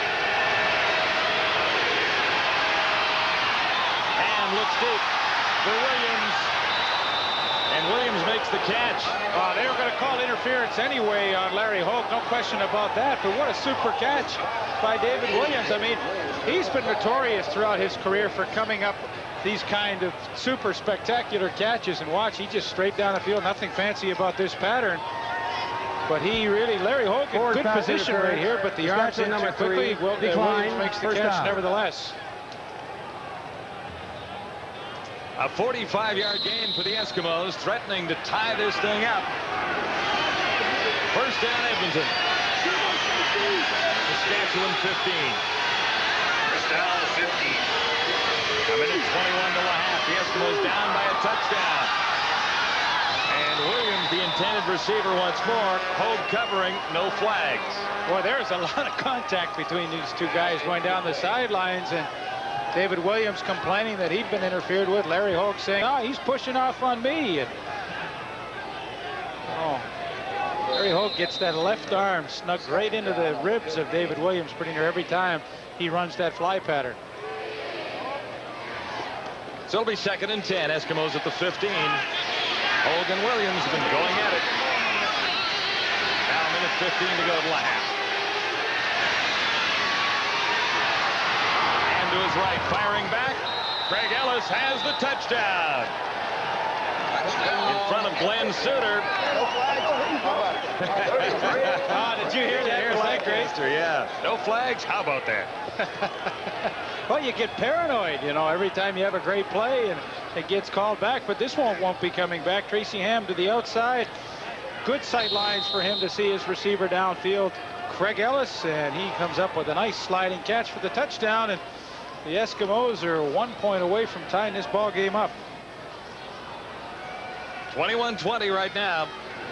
Oh, there you see the numbers from last year for Craig Ellis. Unbelievable. 17 touchdown receptions. So, Wellesley, it's brand new. All even. A 15-yard touchdown toss from Tracy Ham to Craig Ellis. They did that a time or two last season. Ham stayed over to help out on him. Ham and Ellis. Did he? Now the pressure from Bobby Jurison just doesn't get there in time, and Tracy Ham picks out Craig Ellis downfield. And interesting, I had a chat with Craig Ellis before the game, and an insight really into his personality. You know, he had 106 receptions last year, a phenomenal year, and he said, Leaf, I would love to cut that down to about 65 catches if I knew that Sandusky and Williams were each going to catch 65, and that would give us a much more balanced attack. It would give me more one-on-one coverage, and he said, I would sacrifice those 40-odd receptions to have a better balanced offense. And I thought that was a real insight into his personality, a real team player. Spread it around a little bit. Oh, yeah. This is Willis Jaycox with 1:06 to go to the half, and the Roughriders will start from inside the 35 this time. 15-yard return by Jaycox. Made by 20, Roy Bennett. That got to be you, W. Right? You open in the middle? That's way over. Esky on Esky for sure. We did a good call, though, because we ran 2 Esky in a row. It was great that he rolled out on that because we've been running everything back the other side. That's great. That's a hell of a call, Trey. Good job. No, that was a good call. Is he hammer? No. Now, Ronnie looks like he's having fun now. He didn't look like he was having fun in the first quarter, but now he's into it. Like, he's excited. Rick Warman for Elgard. And a Saskatchewan first down out of the 50. Well, isn't it funny how when a quarterback wants to try and reestablish something, he goes to a security blanket. In this case, it's obviously Ray Elgard. It's a big blanket. Well, yeah, but he's the guy you go to in the clutch, and Rick Warman knows that, and he wants to try and get something going here. The game's tied now. This is Floyd coming out of the backfield. Floyd around 1, and he's got about 4 yards, maybe 5. Great block by Willis Jaycox on the outside to allow Lucius Floyd to go another 5 yards. What a block he threw. Second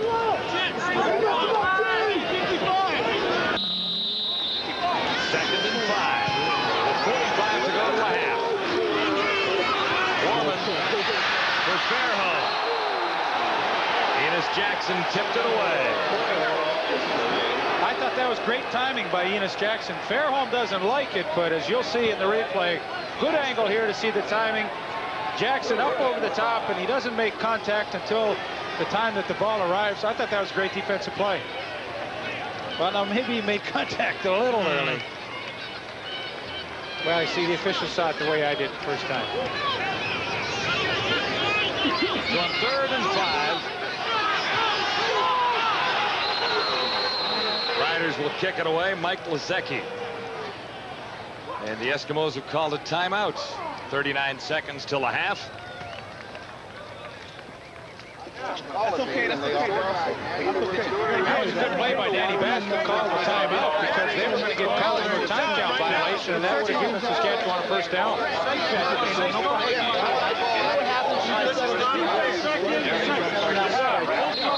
Everybody's talking at the Eskimo bench. You're out. Gizmo's in. Sandusky's out. Come here. Well, these are the biggest transitions you have to make when you move into the head coach capacity. All of a sudden, you're the guy that has to make all those decisions so quickly, and he's saying if he kicks it into the end zone, you know, Giz, you make sure you get it out. He won't have to worry about it on this occasion, but those decisions on the sidelines have to be made so quickly. And you get a lot of help from everybody around you. Do this, do that, do this, do that. You know, wow. That's why Ronnie's not wearing a headset. He's got it on there, but normally throughout the game, he will not wear it. He does not want his thoughts cluttered by a lot of people talking to him in his head. Trips right, 41. 32 seconds to go till halftime. The ball bounced out at the 14. That's where the Eskimos will begin the last sequence of the opening half, 21-21. The Riders had a big lead much earlier. They have lost their #1 quarterback for the time being. Kent Austin has a shoulder injury. Rick Warman is in relief.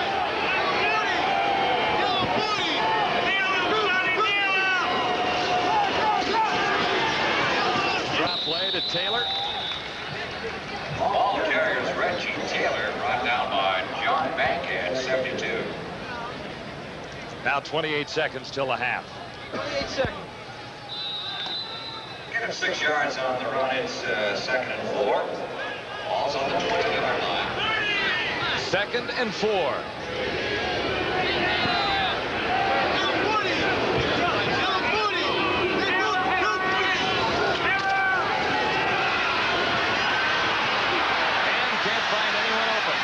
Far side. Masadi makes the catch. That's Christian Masadi, number 75. Brother of Paul. And a rookie from McGill University, and he does a great job because he's actually distracted by Jim Sandusky underneath him. You'll watch Sandusky actually tries to make the catch, and he cannot do so. Tips the ball to Christian Masadi, and well, he sure looks like he knows what to do with it when he catches it. His first catch tonight, and some pretty good speed down the sidelines, and all of a sudden, with 1 second left, it appears as though Ray McAreedy will have a chance for the Edmonton Eskimos, as strange as it may sound, to take the lead here in the first half. And 5 minutes ago, that hardly seemed likely at halftime. It's a little out of his range. And he's well short. Hairston grounds the ball. That ends the quarter and the half. And quite a half it was, where the Roughriders dominated the first quarter. The Eskimos came back to get even. Lots of entertainment. 21-21 will start over again.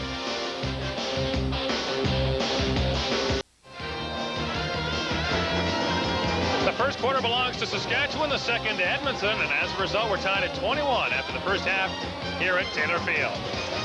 Well, he is the owner of perhaps the most famous quadricep muscle in all of Canada, and even though the Rocket remains on the launch pad, he is still the subject of much discussion. The Rocket, one-on-one, is tonight's Between the Lines.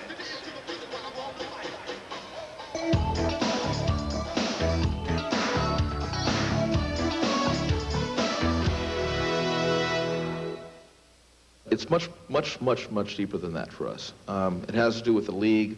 It has to do with an identity, an awareness, things like that. We have a couple of characters. I was prepared for it, whereas back in school, it was like I didn't have to do it, and I knew I didn't have to do it. So I didn't appreciate the fact that someone would tell me they would want to take some of my time away from me, and I knew that I didn't have to talk to them, whereas now it's like a part of the whole plan. Yeah. Here you go. You're welcome. How about your pen? I am just like that initial attention getter. Like everybody's going to want to come and see what the heck this is all about. Why is he getting this? Or, wow, we saw him on TV. Now we get to see him here. And I think what's going to happen is that they're going to come to see. And then when they do see, they're going to realize beyond myself that the game in itself is very exciting and it's fun to watch. It's fast-paced and it's always moving. And I think they're going to say, hey, look, he's good too. Or, wow, look at that guy over there. That's a good team they're playing, stuff like that. What about the one in the window? How much they selling? That's $66. 66 people buy house thing? Sure they do. Yep. For what? He's the greatest.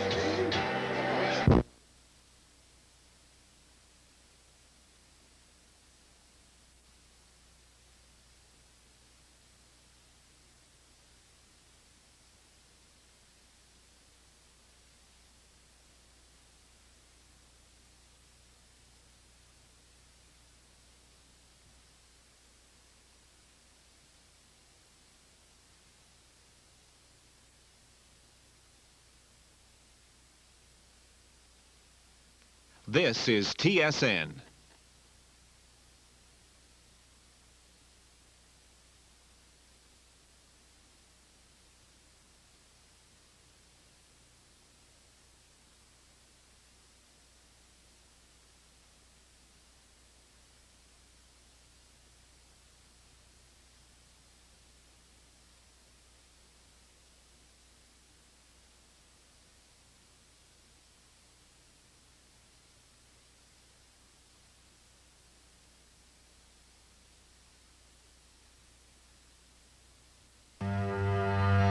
at Taylor Field, the entire west end of the stands went dark, both dressing rooms went dark, and the scoreboard clock went out. They have emergency power here at Taylor Field, but not enough to get all of the lights on. Our television truck is back up, but half the lights on the west side are out, and one stand on the east side is also out. So referee Dave Ewell says there's not enough light right now in which to play football, so both teams are in a holding pattern. Once again, the lights went out, and both teams were plunged into darkness in their dressing room. They do have backup power here at Taylor Field, but it'll be a few minutes before they can get all the lights back on. It'll, of course, take a couple of minutes for those lights to heat back up again. The power failure happened about 10 minutes ago, and the scoreboard clock remains out, and they're trying to get that back as soon as possible. Of course, the second half will resume in a few moments.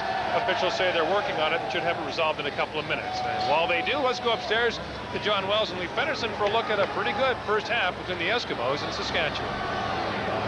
Well, an interesting first half, no doubt about it. It ends even. I would like to tell a story about being here another night when the lights went out, and Ron Lancaster was my color commentator that night.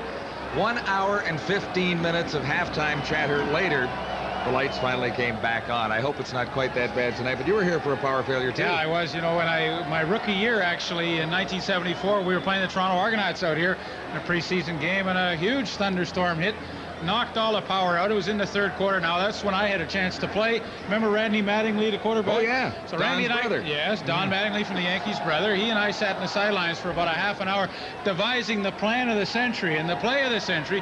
So the lights come on. We go back in. I run a post corner on Timmy Anderson, score a touchdown, make the team that year. So actually, the power failure probably helped me start my career. Yeah, you got a touchdown in the dark. No, well, no, the lights were on. No, hey, wait a minute. Padna, the lights were on.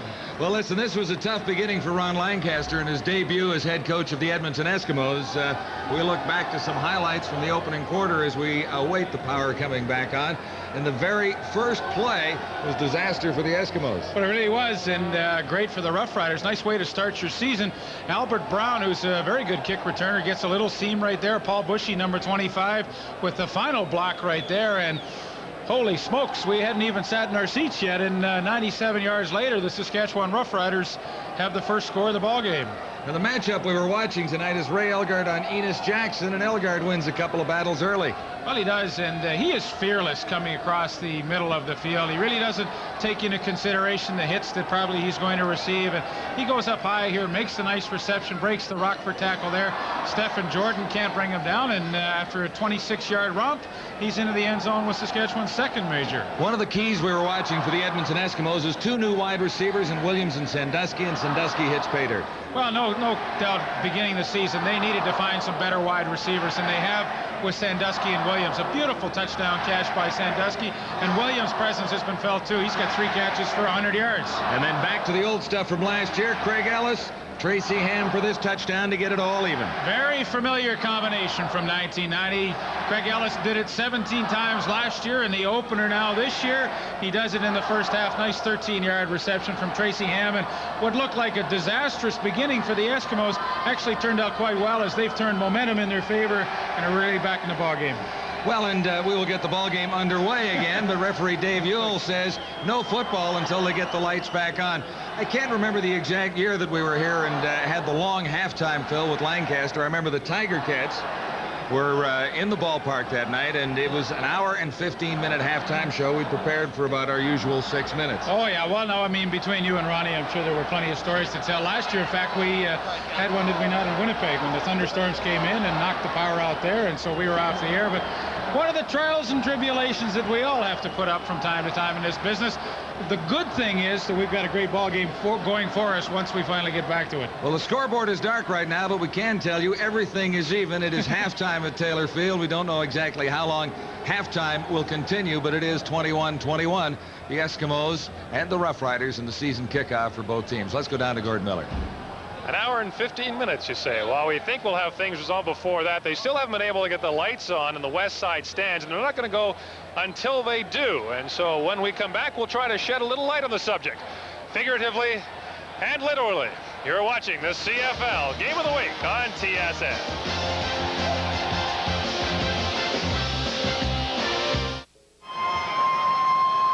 Welcome back to Taylor Field in Regina, where repairs are being effected just outside the stadium in hopes of getting the power back on here at Taylor Field. We're on hold right now because the power's out in about half of the stadium. And among those plunged into darkness at halftime were the officials who were resting in their dressing room. And joining me now is the referee for the game, Dave Ewell. Dave, what's the situation right now? Well, the situation is it's a little too dark to play, and of course it's going to get darker as time goes on. So we won't start the game until the lights come back up. We have a league representative taking care of it upstairs. He'll let us know where we go from here. I don't know how long we'll be waiting. They haven't given you any indication of what happened or how long it'll be? No, that's correct. I don't know how long it will be at this point. If some of the lights come on, is there a possibility you could go ahead then? There's a possibility. I think we'd need about 3/4 power at least, though, you know.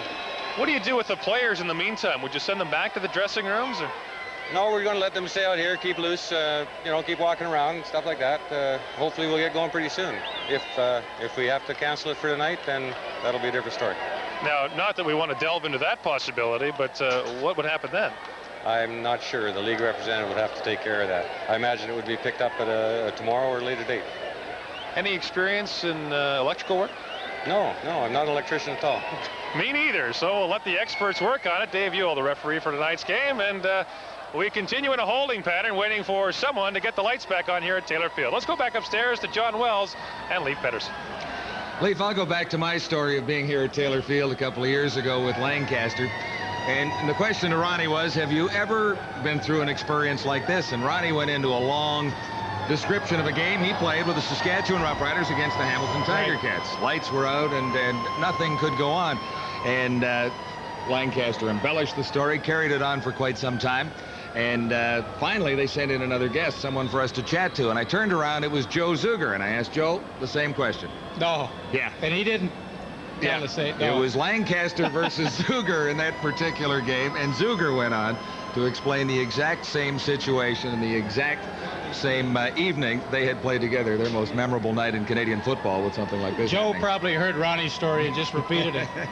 I don't remember who won that game. That was back when both were playing. But anyway, we do have a power failure here at Taylor Field. And we are awaiting, I guess, construction crews or somebody to come along and get this power back underway, or back on, so we can get this football game underway. Maybe Gord Miller has more down at field level. John, I think your 1 hour and 15-minute record may just stand. Some of the lights on the west side of the stadium have started to come on. It'll take a couple of minutes for them to heat up, but now it looks like about 3/4 of the lights on that stand are on. The problem is still the east side stand, where no lights are available yet. But the good news is there's a little more light on the subject. And we should have more for you in a couple of minutes, but the signs are encouraging here at Taylor Field. It's even at 21, and we'll be back with more from Regina when the CFL Game of the Week continues. Welcome back to Taylor Field in Regina, where some of the lights have come on, but not enough to keep us on the football field, so we remain in a holding pattern. Let's recap the scoring from the first half of action. The very first play was the kickoff, returned by Albert Brown, 94 yards for the touchdown. That made it 7-0. The Saskatchewan Roughriders came back with another field goal, 37 yards by Dave Ridgway to make it 10-0. And before the quarter was over, it was Ridgway again from 25 yards out. That made it 13-0. On the second play of the second quarter, Ken Austin hooked up with Ray Elgard for 26 yards. That made it 20-0. Then Austin left the game with a shoulder injury, and Edmonton started on the long run back. Blake Marshall goes in from 4 yards out. Edmonton on the board, trailing 20-7. Then Tracy Ham to Jim Sandusky, a great over-the-shoulder catch from 22 yards out, and Edmonton trailed 21-14. Then, after Tracy Ham went to David Williams for 45 yards, Ham hooked up with Ellis for a 15-yard touchdown. That made it a 21-21 score, and that's where we are right now. And so here we are remaining at Taylor Field, waiting for the lights to come on. And when the lights went out, we were unable to show you all of that feature on the Rocket. Between the lines is the Rocket Man, still on the launch pad, but looking forward to an opportunity to play. And one-on-one with the Rocket is our Between the Lines feature again.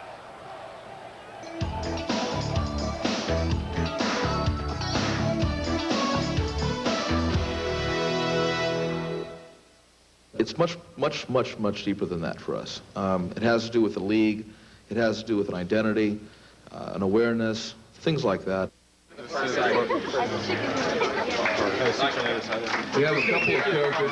I was prepared for it, whereas back in school, it was like I didn't have to do it, and I knew I didn't have to do it. So I didn't appreciate the fact that someone would tell me they would want to take some of my time away from me, and I knew that I didn't have to talk to them, whereas now it's like a part of the whole plan. Yeah. Here you go. You're welcome. How about your pencil? I am just like that initial attention getter. Like everybody's going to want to come and see what the heck this is all about. Why is he getting this? Or, wow, we saw him on TV. Now we get to see him here. And I think what's going to happen is that they're going to come to see. And then when they do see, they're going to realize beyond myself that the game in itself is very exciting and it's fun to watch. It's fast-paced and it's always moving. And I think they're going to say, hey, look, he's good too. Or, wow, look at that guy over there. That's a good team they're playing, stuff like that. What about the one in the window? How much do you sell? That's $66. 66 people buy this thing? Sure they do. Yep. For what? He's the greatest. I think he's overpaid myself. That's a lot of money, dude. They'll buy that shirt for $66. Yep. Just because it has 25 Eskimos, they'll buy it. Yep. What the heck is the world coming to? Tell me. I want to be the best that I can be, period. And within that phrase, there's a lot, but that's all I've ever wanted to do, is just to do the best I could and whatever it was, and not have any regrets afterwards, as far as being in a situation where you might say, wow, maybe I didn't run as hard as I could have, or maybe I should have blocked a little harder on that play, or something like that.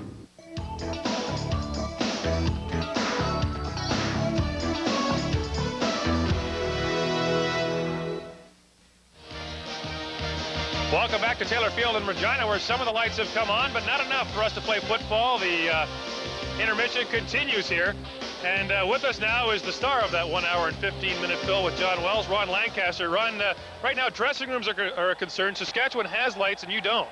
Well, my argument is just like the telephone. If one side's phone goes out, the other side has to turn theirs off. Well, we don't have any lights in ours, so why should we go sit in a dark room where it's hot? If their lights are on, we go sit in there.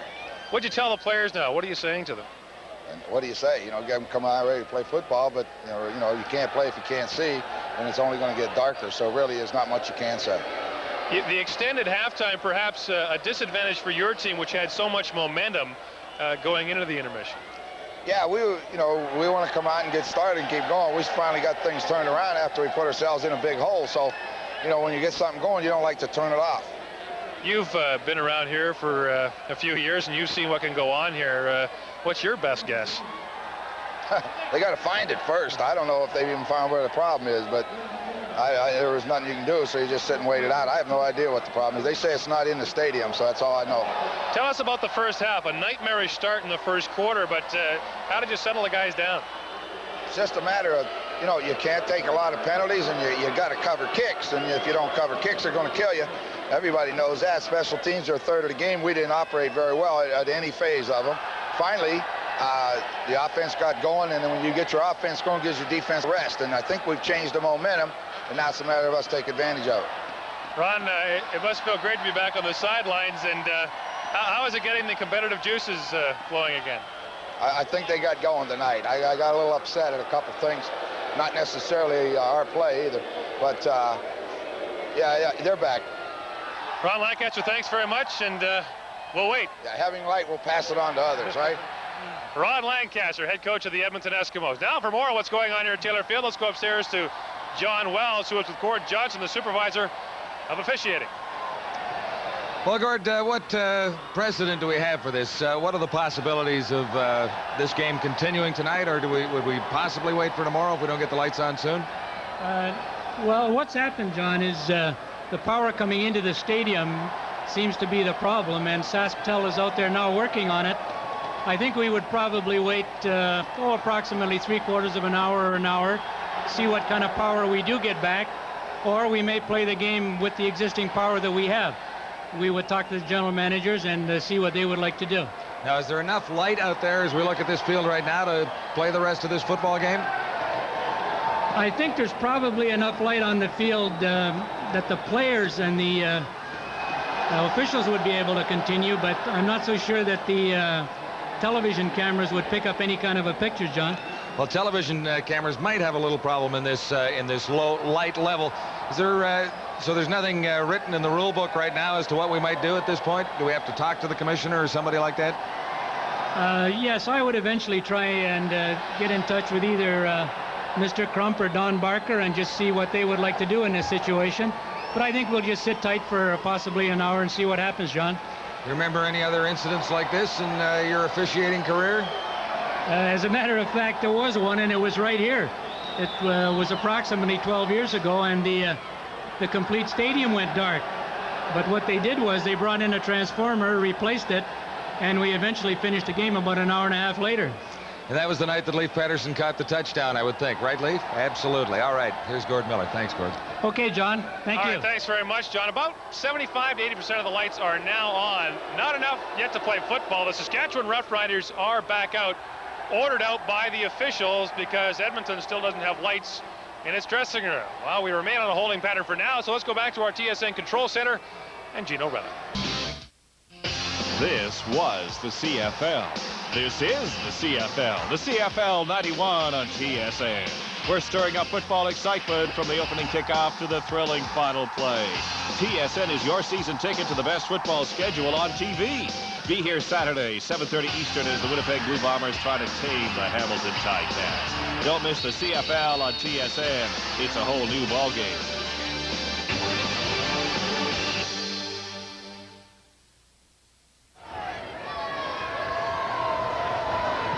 Everybody, and welcome back to Taylor Field in Regina, where there's still no more light on the subject, but the referees have decided to go ahead anyway. They've given both teams about 3 minutes to warm up. The Saskatchewan Roughriders were ordered out of their dressing room because Edmonton's didn't have lights, and as Ron Lancaster suggested a few moments ago, both teams must be on equal footing. And so as a result, the Saskatchewan Roughriders came on the field. After a meeting at center field, both coaches decided they would go ahead and play the game. The situation is this: about 75% of the lights in Taylor Field are out. They feel the problem may be within the stadium, and if that is the case, it could be several hours before it's fixed. The scoreboard is still out. They don't know if they'll be able to get that back up at all, but both coaches have decided that they can play under these conditions. It's dark in the corners of one end zone, but other than that, there is enough light to see. It's just about dusk here in Regina, and now more lights have come on here at Taylor Field, and the scoreboard is on. Now, about 90% of the lights have come on. It'll take 2 or 3 minutes for them to heat up. I would say we've probably been here about a half hour now, but there's a lot more light here, and just as they decided to go ahead, let there be light, said Dave Ewell, and indeed there is. Now you can see that there's more light in the end zone, so they will be able to see. And after a somewhat adventurous halftime here at Taylor Field, we're about ready for football between these two teams. I guess the question here would be, how much did it affect the Edmonton Eskimos? Certainly they were hot as a pistol going into the dressing room. They've now had a long wait. They've had their warm-up, and we're set for the second half. Let's go to John Wells and Leif Pettersson. Well, Leif, the old halftime record is still intact. It was a 36-minute interruption. Yes, sir. Here's Craig Ellis on the return for the Edmonton Eskimos. Ellis, some room to the outside. And Albert Brown forces him out near the 50-yard line. Always entertaining at Taylor Field in Regina. Lancaster used to light up the town. And tonight when he came, the lights went down. Oh, that's a good one. I Yeah. like that. I like that. Well, Craig Ellis had a big touchdown in that first half to tie the ball game up. And so we are nicely underway now after about a 45-minute delay. 21-21 is the score. The second half just underway. And the stadium clock has gone out once more. Along with the scoreboard, Blake Marshall, and he's across midfield inside Saskatchewan territory and stopped there by Eddie Lowe. 9-yard pickup for Marshall, number 22. Blake Marshall also with a touchdown in that first half, and slowly more and more the lights are coming on here at Taylor Field. Keep you up on the time. But the problem right now is the unofficial time on the scoreboard is not illuminated. Down and 1. So what we have is second down and a yard to go. The scoreboard is dark. I will tell you the score is even at 21-21. Marshall has the first down as the Eskimos continue the drive and move in across the 49-yard line. Even though it was some time ago, here are the statistics from the first half. Edmonton really had the edge in play as a result of 3 sustained marches that resulted in touchdowns. Now, even though Saskatchewan is tied, it's only scored 1 offensive touchdown. The other, of course, came on that long kickoff return. Edmonton with the edge in time of possession, 17 minutes to 12 for Saskatchewan. First down for the Eskimos at the 49. Sandusky makes the catch, and he's down to the 40. Hairston making the tackle. Well, we saw those statistics from halftime. 329 yards total offense for the Edmonton Eskimos, and I can tell you that 282 came by the arm of Tracy Ham as he enjoyed a super first half through the air. Jim Sandusky, who made that last catch, had a touchdown, a great touchdown catch in behind Larry Hogue. So after a shaky start, Tracy Ham and this offense looks like they're in sync. This is 2nd and 1 after Sandusky's 9-yard gain. This is Blake Marshall with a first down as the Eskimo drive continues. Always like to follow the battle in the trenches tonight, and a good indication is usually short yardage. And that time, the left side of the Edmonton Eskimo offensive line with Big Blake Dermott and Mike Dirks did a good job to get initial surge. And then with Blake Marshall at 230 pounds, it's pretty near impossible to stop him from picking up at least a yard unless somebody misses a blocking assignment. From the 36 Eskimos, first down, Ham by Hairston. Sandusky was the intended receiver, I believe. Stacey Hairston has the interception.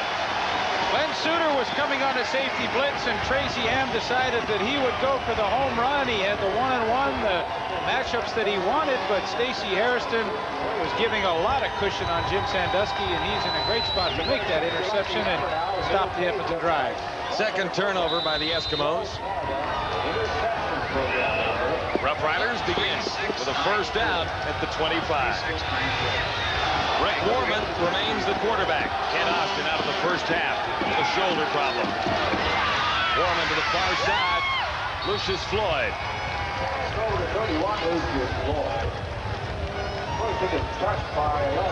Well, we're back to the basics here. Larry Parks is keeping time. A little stopwatch on the sideline. Hold that up, Larry. We'll tell you how much time's left in this quarter. 12 something. 12 something. Long way to go in this football game. A 5-yard gain, 2nd and 5 Roughriders. Woman from the shotgun comes to this side and a sliding catch made by Jeff Fairholm for the first down. That's a good throw by Rick Warman. First catch by Fairholm. Yeah, got to get him involved. He's a game breaker, and Jeff Fairholm getting his first catch. A good throw by Rick Warman. Tough throw, rolling to your left, the more difficult side to throw on the run, but he does it quite nicely. 11 yards to gain, first down Saskatchewan at the Roughrider 40. Lucius Floyd. The running is tough inside against that Eskimo front three. Mike Walker made the stop, number 61. Well, big Mike Walker, first time I think we've talked about him tonight. He had 3 great all-Canadian seasons with the Hamilton Tiger Cats. 9 years in the league. Gain of 3. 2nd and 7, Saskatchewan. Out at the Roughriders 43.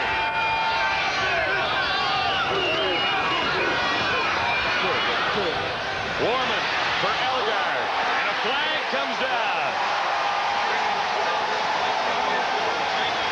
Stephen Jordan called on the coverage, just a little too close on Ray Elgard that time. Well, Stefan doesn't like it, and kind of a bad break. He got his foot caught with Ray Elgard. You're going to get a great look at it right here, and as Elgard breaks to the post, Jordan comes underneath and trips him up right here. And that's a good call because Ray Elgard definitely had a chance to make that catch. 31-yard penalty. 2 years ago, he was up for the MVP of rookies in the Canadian Football League. And boy, when you talk about a difference in a ball game, you're seeing it right there. 14 penalties, 172 yards. Kind of tough to win with those numbers, but they find themselves tied. And first down, Nelson Jones breaks loose. He has another Saskatchewan first down. Willie Pless made the tackle as the Rough Rider drive continues with Warman at the controls. Now some good hard running by Nelson Jones on the draw play, and great agility for a man of his size. They have him listed at 225 pounds. I don't believe it. I think it's more like 235, but quick feet to get him to the outside, and I've always been a big fan of the way he runs that football. Inside the 25 after a 12-yard gain, another first down. Warman gets free now, and Warman runs himself. Ruck forcing him out near the 20. Gain of 4. Pretty good reliever to bring out of the bullpen, Rick Warman. Oh, I think it's been a great acquisition for them this year, and he has shown that his value tonight coming in and taking over for Kent Austin. That's what he did on the ground. Not noted for his running ability, but that time getting himself out of trouble and picking up some yardage. Saskatchewan's #1 quarterback Kent Austin out with a shoulder problem in the first half. Second down and 6 for the Rough Riders as the drive continues. Now at the Eskimo 20. Warman shotgun fires to the end zone, too high. Jaycox, Willis Jaycox, the intended receiver. Well, you can almost see a little bit of the rust of Rick Warman. Of course, he's the backup quarterback, does not get the repetitions that Kent Austin will, and he really threw that ball before he had to, and no chance for Willis Jaycox to make the reception. Nevertheless, an appreciative hand for him from the Rider fans as he comes off the field. He's put them in nice shape for Dave Ridgway, which is almost automatic from this point, 27 yards out. Ridgway. The robo kicker, is that it? Yeah, 2 for 2. Make it a wide one there as Ridgway misses for the first time. So a single point for the Saskatchewan Roughriders, who take the lead by 1. I'm gonna go my hot read first.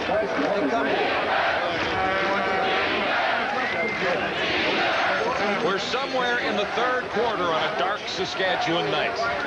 The Rough Riders leading the Eskimos 22-21. The lights were out for a while. They're back on, but the scoreboard and the time clock still showing blanks. Special thanks to Cable Regina, Shaw Cable, and TSN. Dave Ridgway just missed a field goal from short range. A bit of a surprise, and the Rough Riders lead is a single point. I jinxed him. You did. I said he's automatic from 27 yards out. And what does he do? Proves me wrong. So now it's the Eskimos' turn. First and 10 for Tracy Hamlin Company. The 35 flags over.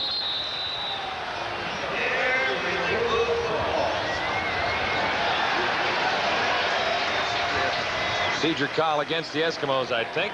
Interesting formation that they came out in. It's what Ronnie... Illegal procedure. Edmonton #8, first down. Ron Lancaster will call the trips formation, and all the receivers to the wide side of the field, and they leave David Williams alone by himself to the short side of the field. We'll see if they come back in that formation again, which they are going to. Craig Ellis, Jordan Gardner, and Jim Sandusky all to the top of your screen. And David Williams down by himself, and they want to see how they'll cover this. And don't be surprised if Reggie Taylor sneaks out into the backfield on the short side as well.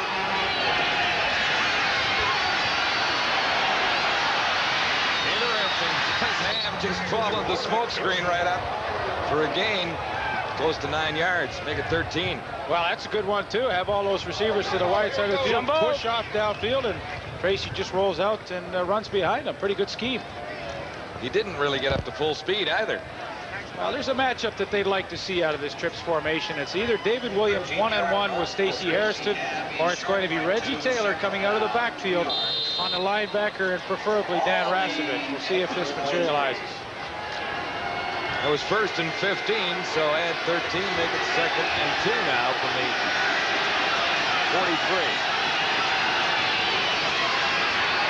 Blake Marshall has another Eskimo first down.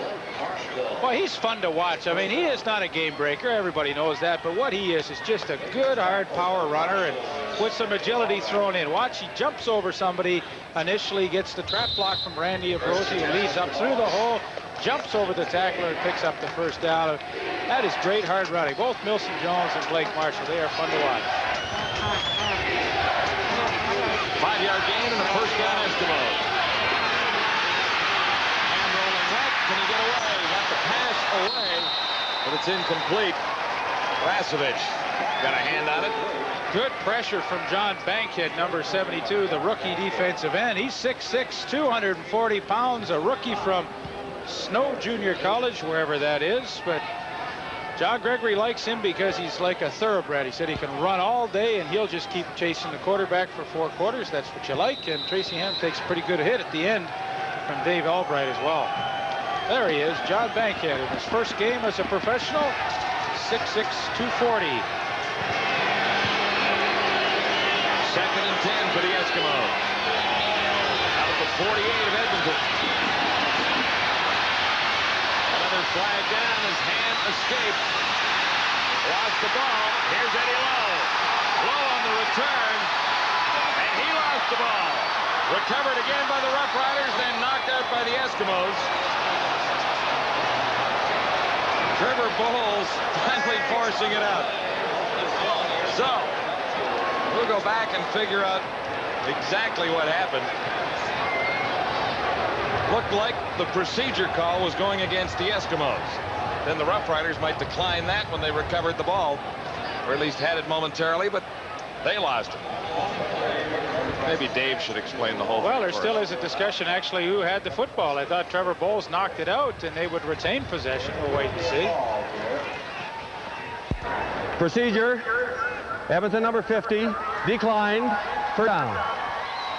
So, in fact, that was the case. Eddie Lowe pops it up. Trevor Bowles, I mean, that is great hustle. You know, he's 6'5", 280 pounds, and he's the tackle to the right side, and he had to come all the way back across the field. And for a big guy to run that far and catch Eddie Lowe, that's pretty impressive. 2 turnovers on the same play. Not much changes except field position for the Eskimos.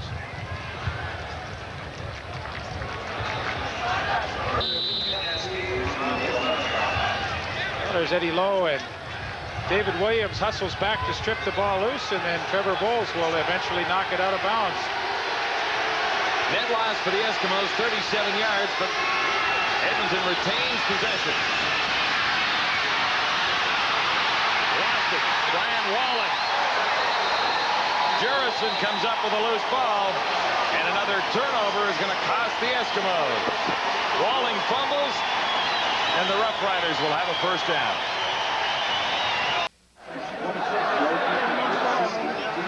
Well, Bobby Jurison has just recovered a fumble and set the Saskatchewan Roughriders up in good field position.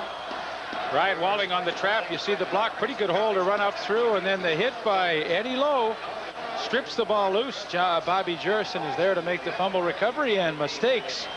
Once again, the worst enemy of the Edmonton Eskimos tonight as they find themselves backed up with the Saskatchewan Roughriders first down at the Edmonton 20.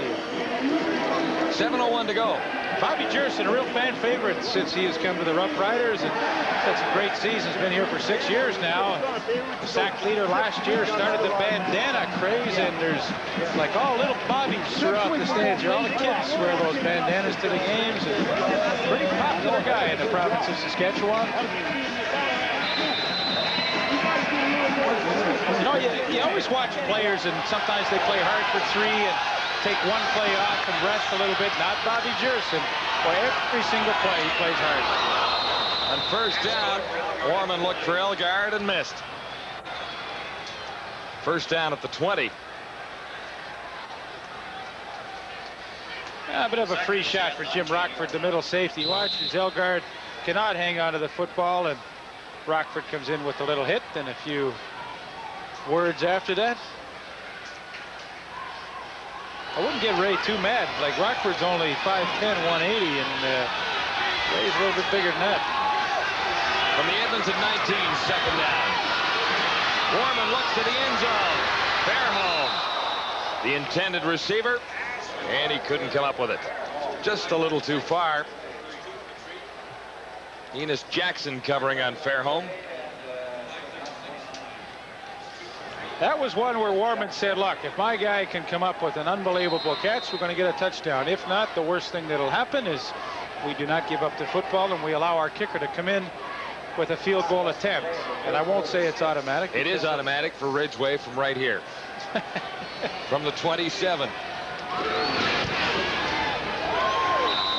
This time it's good. Ridgway missed one earlier, but now he is good on 3 of 4. And the Roughriders lead it 25-21. Following tonight's game, the TSN Turning Point will be brought to you by Armor All. Less than 7 minutes remain in the third quarter. We can't give you an exact time. Because of a power failure here at Taylor Field, the clock is out. They're keeping time on a stopwatch on the sidelines. Less than 7 minutes to go, third quarter. The Roughriders leading the Eskimos by 4.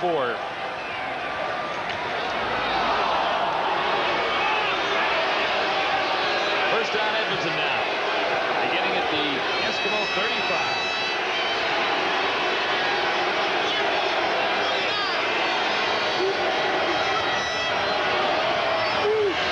This is Reggie Taylor. And Lewis was there to meet him. Gary Lewis.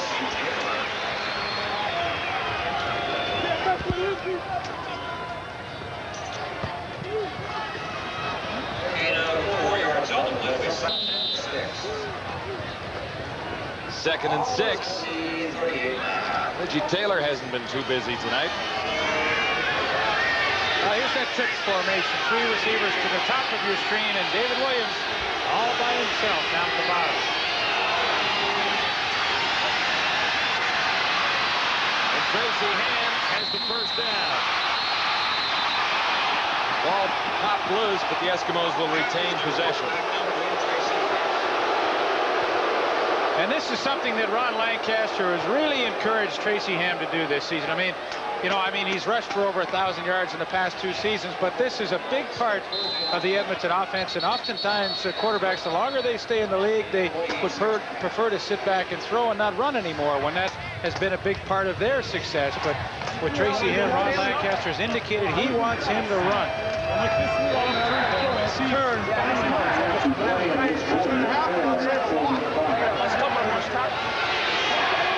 First down, Edmonton. Ham comes to the near side for Sandusky, and he runs into the Roughrider bench. Can't make the catch. Saskatchewan leading 25-21. And look at this. Correct time remaining, third quarter, 4:31. All the lights are back on in Regina, or at least most.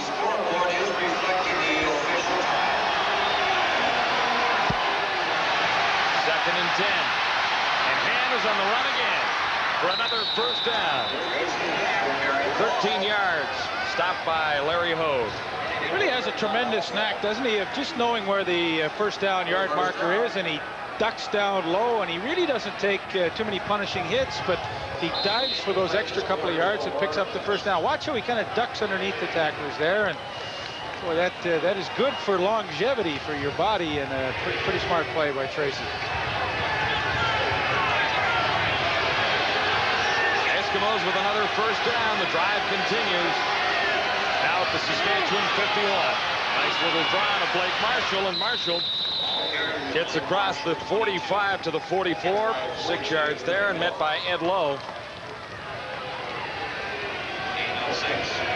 Well, it's a good scheme to run that trips formation, 3 receivers to the wide side, single receiver to the weak side, and then run a draw play. You've really spread that defense out, and it doesn't take a great block to spring Blake Marshall for some good yardage, and he picked up about 7 on that play. Nice situation. 2nd and 3 for Tracy Ham.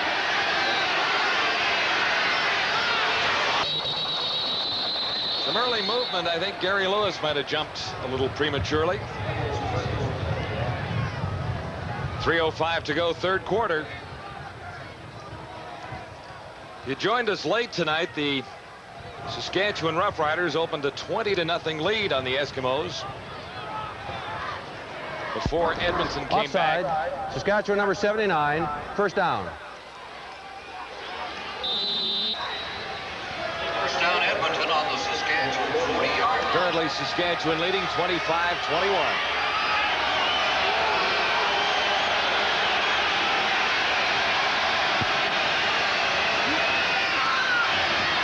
First and 10. Good take by Ham. Now he tries to get out of there. And Lewis slowed him down.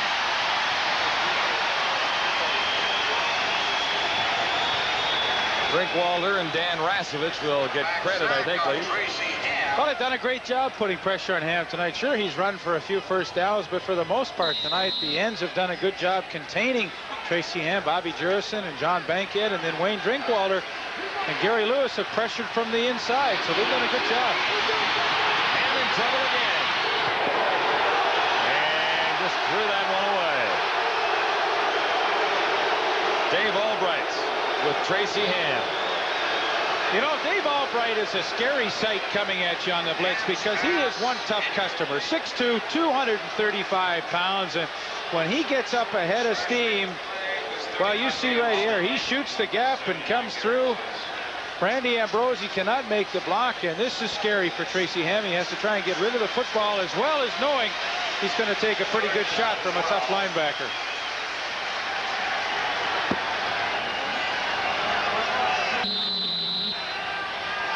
Bring on Ray McAreedy.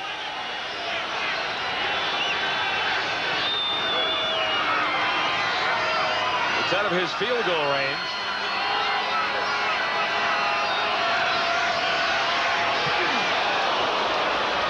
Suter had some pretty good pressure on, but McAreedy got into the end zone. And Brown goes out to the 10. Had a great kick. It went in and then came back out. Albert Brown wanted to give up the single, but he couldn't. There's the score, and we'll continue from Taylor Field in a moment. This was the CFL. This is the CFL. The CFL 91 on TSN. We're stirring up football excitement from the opening kickoff to the thrilling final play. TSN is your season ticket to the best football schedule on TV. Be here Saturday, 7:30 Eastern, as the Winnipeg Blue Bombers try to tame the Hamilton Ticats. Don't miss the CFL on TSN. It's a whole new ballgame.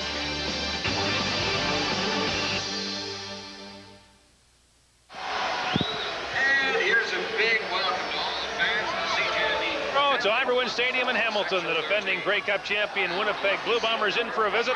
The game comes your way at 7:30 Eastern, and before that at 7 Eastern, it's the debut of the CFL report for 1991.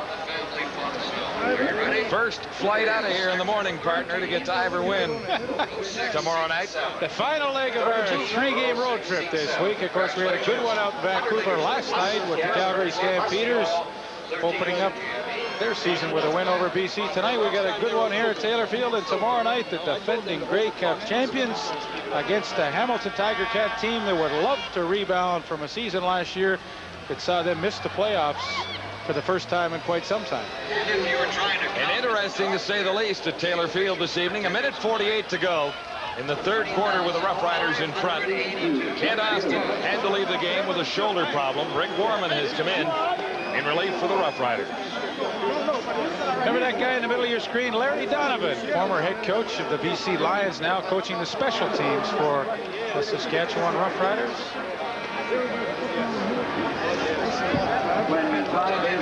Around 25,000 on hand for the return of Ron Lancaster, the Roughriders season opener. Things look terrific for the Riders in the early going. They built up a 20-0 lead.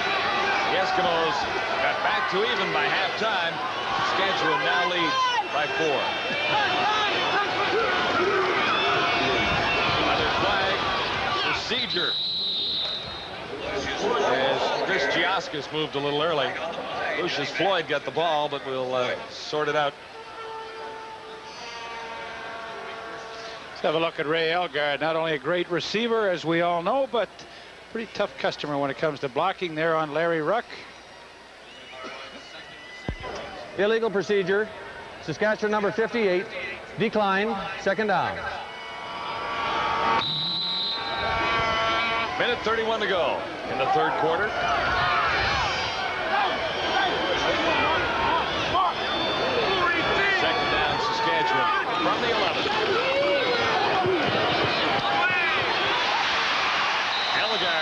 target over the middle. Well, he has owned the middle tonight, and as he did on that 26-yard touchdown reception way back in the first quarter, same thing tonight. Fearless comes in and finds the open spot as well as any slot back in the league. And what I like is the nice soft hands for a big fella, and makes a nice catch and gets the Rough Riders some breathing room. Out to the 24 with a first down, Saskatchewan. Foreman, man open far side. That's Don Narcisse. Let's go! In front of Roy Bennett. Well, he has a lot of speed, Donald Narcisse, and Bennett knows that and is giving him a pretty good cushion. I think they can go right down the field throwing those outs to Narcisse until Bennett decides he wants to come up and play it a little tighter. 13-yard gain, another Rider first down. 30 seconds to go, third quarter. Lucius Floyd makes the catch. Short of the first down, stopped by James Rockford, but he is across the 40-yard line to about the 43. We talked about Lucius Floyd last year taking over for Timmy McRae, and boy, all he did in 13 games was catch 73 passes coming out of the backfield, and one of the reasons why when McRae got healthy, he could never get his job back.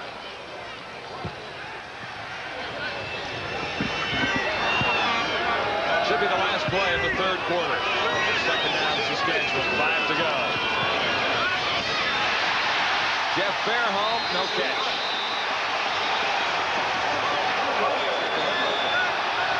Stephan Jordan was covering. And that is quarter number 3. With the hometown Rough Riders in front of the Eskimos by 4. It is 25 to 21.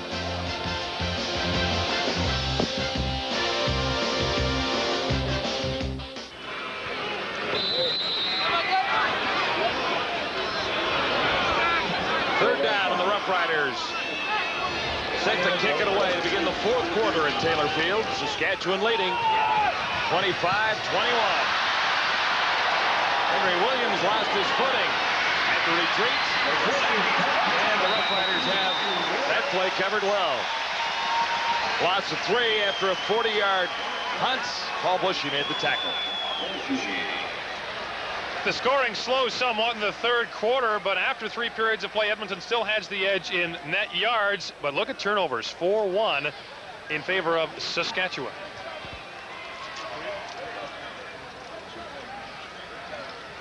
Turnover story could have been worse for the Eskimos. They've really, the Rough Riders have really settled for field goals on the turnovers, haven't they? Yep.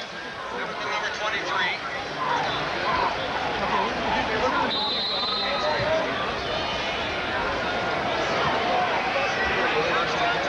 Penalty on the return as well, so the Eskimos begin back at the 18.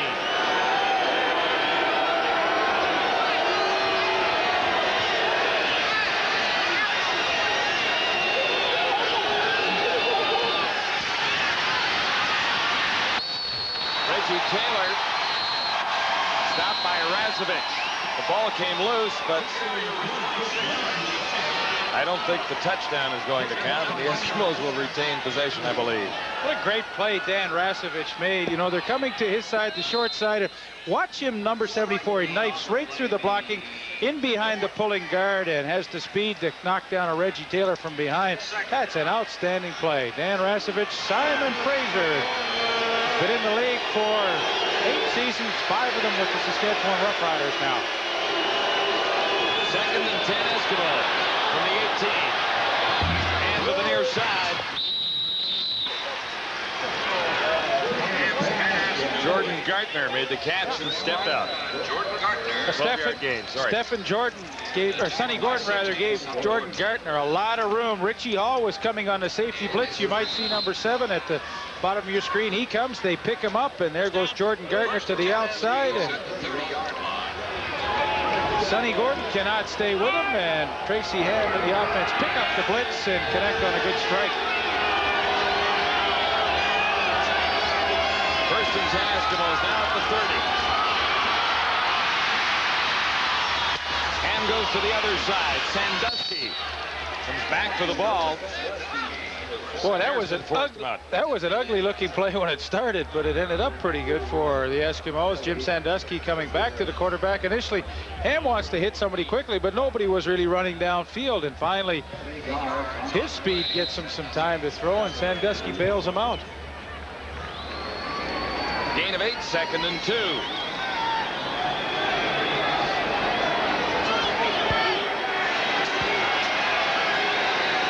12:55 to go, 4th quarter. Blake Marshall goes over the top for the first down.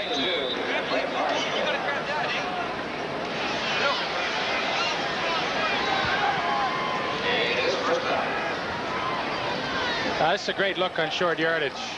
Here come all the horses, a lot of beef up front, and then you get the big fellow at 230 pounds up over and top, and no way you're going to stop him.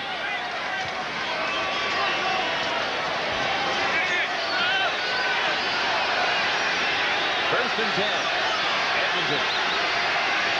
The Eskimos 41. This is Reggie Taylor, best run of the night. He slips at midfield. Reggie Taylor. With plenty for the first down. Big hole for Reggie Taylor. A great trap block opens up a gaping hole for Reggie Taylor. You're going to have a super look at it here. Randy Ambrosi, 57, with the super block. Rod Conop, a great block on Wayne Drinkwalder, and there goes Reggie Taylor. And you know, they paint that CFL emblem on the 55-yard line here, and it's about the slipperiest spot in the field. And as you saw, Taylor tried to make the cut right on the old CFL helmet. He fell on his helmet.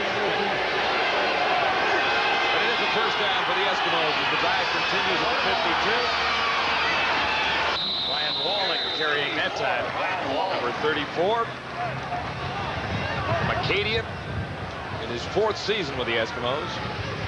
Edmonton really going to a series of trap plays now against the Roughriders. Once again, using the speed of the right guard, Randy Ambrosi, to lead that play up through for Reggie Taylor. And all of a sudden, the Edmonton Eskimos have found a running game to take them down the field.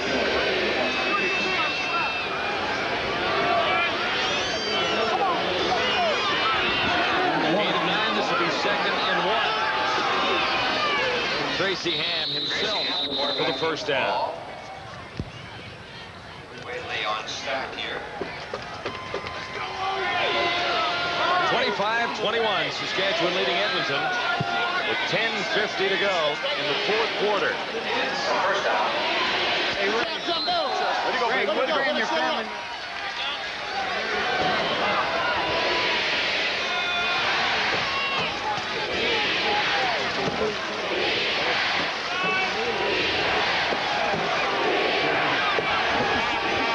From the 42.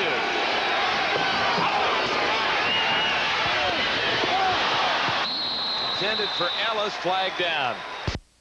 Play, pass intended for Greg Ellis, kick to the 8.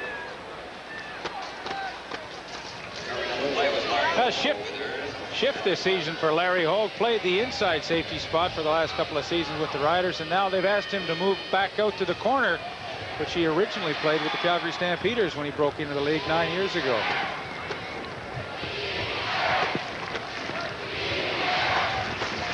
We await the official word from referee Dave Yule. Illegal procedure, Edmonton. First down, repeat. Dave Yule's been a busy boy tonight. He's called a few, mostly against the Eskimos. 27 total penalties tonight. That can screw up the... Film section will be interesting tomorrow. 1st and 15. Escapes once more. He's inside the 30 for another first down. Rasevich brought him down. Gain of 20 for Tracy Ham. Boy, it doesn't take long for him to make up his mind when he sees an opening, and here it is, and coming right at you here. Good block downfield from 22 Blake Marshall to the left of your screen. Ham picks up a few extra yards, and he is at his best when he is running the football, no question about that. 7 carries, 71 yards. I mean, not that he can't throw it. 36 touchdowns last year isn't too shabby, but boy, he is an exciting runner. The Eskimo drive continues at the 26 with Blake Marshall carrying. And David Albright made the tackle on Marshall at that time. Well, there's no question that Ron Lancaster, when they put this game plan together, decided that they were going to be able to trap the front four of the Saskatchewan Roughriders. And, you know, when they watch film against their opponents, they would obviously see that Saskatchewan's front four likes to come upfield very quickly. And those are the kind of defensive linemen that you can trap easily. You kick out a guy, and they've had great success running inside with the traps tonight. Gain of 6. This is 2nd and 4. And with time to throw. Looking for Craig Ellis. Sonny Gordon was covering. Perfect pattern called. The middle has been vacated by Glenn Suter, and now Craig Ellis with the good post pattern. A nice speed turn by Sonny Gordon. He was turned around, but able to react, and Ellis couldn't hang on to the football. That's the kind of catch, though, you know, Craig usually makes, but unfortunately that time he couldn't. Come on, Joe. Come on, Ray McAreedy set to try. 27 yards out. 0 for 2 and a couple of long tries earlier tonight. This one is good. So the Eskimos narrow the gap to a point. It's 25-24. Back at Taylor Field with Eskimo General Manager Hugh Campbell. Hugh, a reunion of the 66 team. Nice to see the old team. Yeah, it really was fun. Everybody just took off right where they left off, and it seemed like we were only a part of a couple of months rather than 20 years. Kind of a bizarre football game tonight, from the blackout to your team's comeback. Well, it is. We got way too many penalties early, and of course the turnovers have hurt us. We really haven't quite gelled, but that's not too surprising with all the changes and a new coaching staff. I just hope we can get her going quick enough to maybe pull this one out and at least get our season off in the early going to a good start. Hugh, you have to wait a week for your home opener, but you have special plans for Commonwealth Stadium. Yeah, we really do. We have a great green and gold rush game, which last year was very successful. We think it will be again. The people in Edmonton really turned out. Their ticket will get them into Klondike days, and along with that, we've got a big balloon popping going on the kickoff, which should be pretty exciting. Another one of Bruce Limmerman's brainstorms, which worked out real well last year with a card stunt, and we think we'll have a real good turnout. Hugh Campbell, thanks very much. We'll let you watch the game. All right, thanks, Cord. Hugh Campbell, Eskimo General Manager. Underway again with 8:26 to go. Fourth quarter, a one-point ball game. And this is Willis Jaycox with a flag down on his return. Jaycox out at the 38. 27-yard return. Hugh Campbell talked about getting their season off to a good start. They've done that 13 years in a row, have they not? Yes, but they've not won here since 1987. So holding, Taylor Saskatchewan number 77, first down. So after 13 years of opening day victories, they are up against the wall tonight as they have struggled here at Taylor Field in the past. 25-24, the Roughriders lead. Saskatchewan with possession and a 1st and 10. Beginning this drive at the 19. Lucius Floyd trapped momentarily. He escapes and gets out to the 25.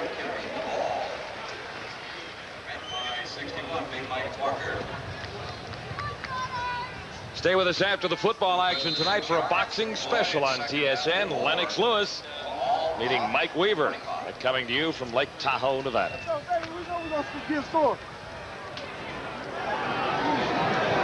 Okay, go over change. Ken Austin on the sideline. Shoulder problem early. Rick Warman in the game, trying to get the Roughriders their first victory of the season. Warman on 2nd down comes up a little short. He needed 4.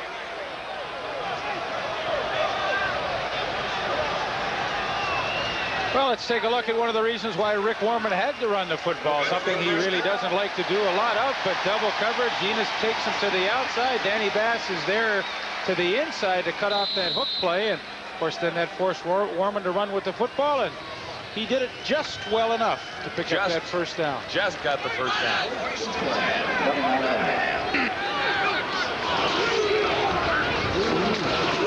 Lucius Floyd up to the 30, and met by several Eskimos there. Gain of 2. Danny Bass comes up from the bottom of the pile. A name we haven't mentioned a great deal tonight, Danny Bass. Usually by this time he's got his usual 10 or 12 tackles, but tonight we haven't talked about Danny Bass, the 12-year veteran from Michigan State. Spent some time, of course, with the Toronto Argonauts, the Calgary Stampeders, and now for the past 8 years has manned the middle linebacking spot very capably for the Edmonton Eskimos.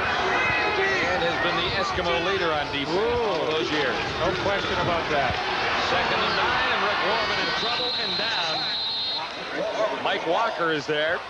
Guess who else? Larry Ruck is there. Guess who else? Dan Bass. Danny Bass was there too. So 2 times in a row they were all there. Pless wasn't far away either. They had a defensive team meeting back there right around Rick Warman. Here they come. Bass from the outside on the blitz, and here comes Larry Ruck. Finally, the toaster, I believe, wraps him up.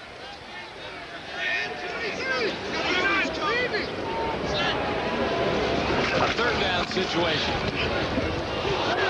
Shanked it. No yards, flags are down. 25-yard punt for Mike Lezecki. This is the discouraging thing about Mike Lezecki. I mean, in practice, he can boom them. In the pregame warm-up, he booms them. And we see some boomers tonight, but then the odd one like this costs you the no yards, and it hurts the team. Back up and head to Hamilton, where the Blue Bombers will take on the Ticats tomorrow night at 7:30 Eastern. And before that game, we'll have the first installment of the CFL report at 7 o'clock Eastern. The wind is picking up a little bit at Taylor Field and would favor the Eskimos with a final 5 minutes and 47 seconds still to play. You just take center aggressive and watch off. You take them. Change that up a little bit. Point ball game. Saskatchewan leading 25-24. The Eskimos in excellent field position with a 1st and 10 at the 33. Set up by a short kick by Mike Lezecki and a penalty following that. Good fake. Fooled me, Tracy Ham. I thought Marshall had it. No, that's a great play. They've been running that trap to Greg Marshall, and Tracy Ham, you'll see, sticks the ball in there and then puts it on his hip, and then his own feet get him into trouble. He makes about 10 moves here, and the turf monster got him. First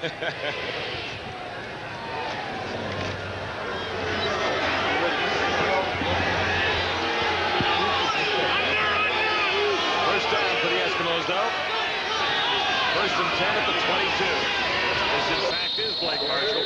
22, that's Blake Marshall.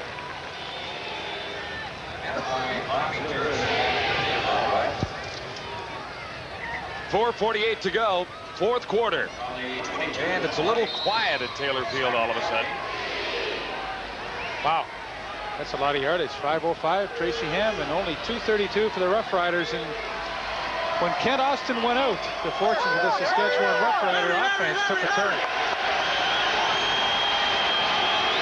4:26 remaining. 2nd down and 8. Eskimos at the 20. And looks to get to the outside.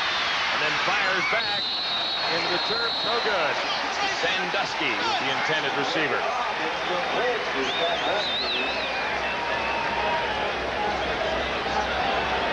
Well, Tracy Ham's done a lot of running tonight, and once again he works his way to the outside. And well, I really thought Jim Sandusky had a chance to work his way back to the quarterback a little harder, and had he been able to do so, he might have been able to make that catch. And although very difficult throw for Ham, he's going full speed one way and then try to throw back across your body. Very difficult pass to complete. Ray McAreedy now for the lead.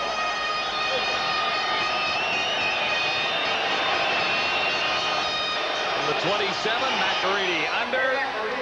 And on target that time, the Eskimos have the lead for the very first time tonight. 27-25 with 3 minutes and 55 seconds to go at Taylor Field. After giving the Eskimos the lead, Ray McAreedy is set to kick off. Edmonton leading 27-25 in the 4th quarter. At one point, the Eskimos trailed 20-0. Oh, it's like 2 games in one, 20-0, and now 27-5 to take a 27-25 lead. So 2 half times in one, too. Yeah, really. The power failure, and that slowed things down a little bit at Taylor Field tonight. 3:55 to go, fourth quarter. The Eskimos in the lead for the very first time. But it's a precarious position right now at 2 points.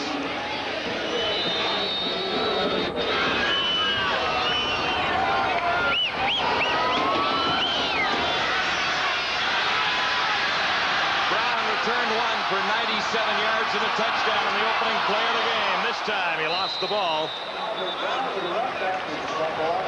Now the Roughriders keep possession. How about this one here? This was the 1976 Grey Cup game in Toronto. Memories. Leif Pedersen, Ron Lancaster, Bob McAreedy, the little guy on the right, Ray McAreedy, Bob's younger brother at that time. And of course, the difference in this game as it stands right now was the last field goal of Ray McAreedy, as he, for the first time tonight, has put his team into the lead. He was a cute kid back in those days. Matter of fact, you were too. Oh, kind of cute. I didn't even shave then, for crying out loud. First down for Rick Gorman and the Saskatchewan Roughriders. Elgard makes the catch. Slides out of bounds.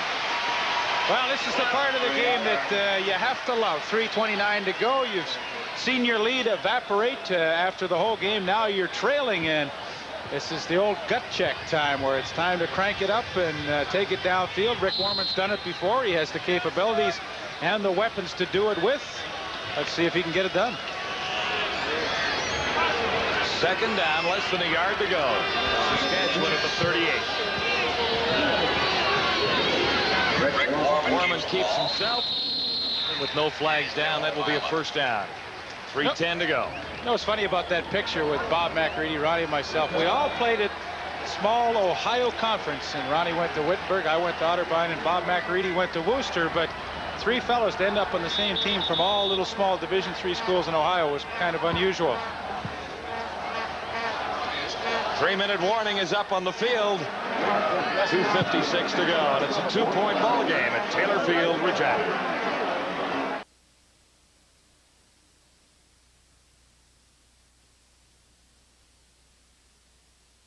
And we've got a shot to win this ball game.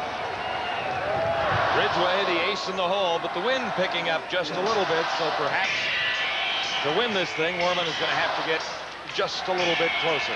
Well, 3 first downs would get them to about the Edmonton 40, and I would think that's a pretty realistic position for Dave Ridgway. 2:56 to play. Visiting Eskimos lead by 2 at 27-25. The Roughriders are first and 10. Saskatchewan 39. Intercepted by Rockford. Rockford has room to the far side to complete this return. Still going. Rockford finally dragged down at the 30. He lost the ball and the Riders got it back.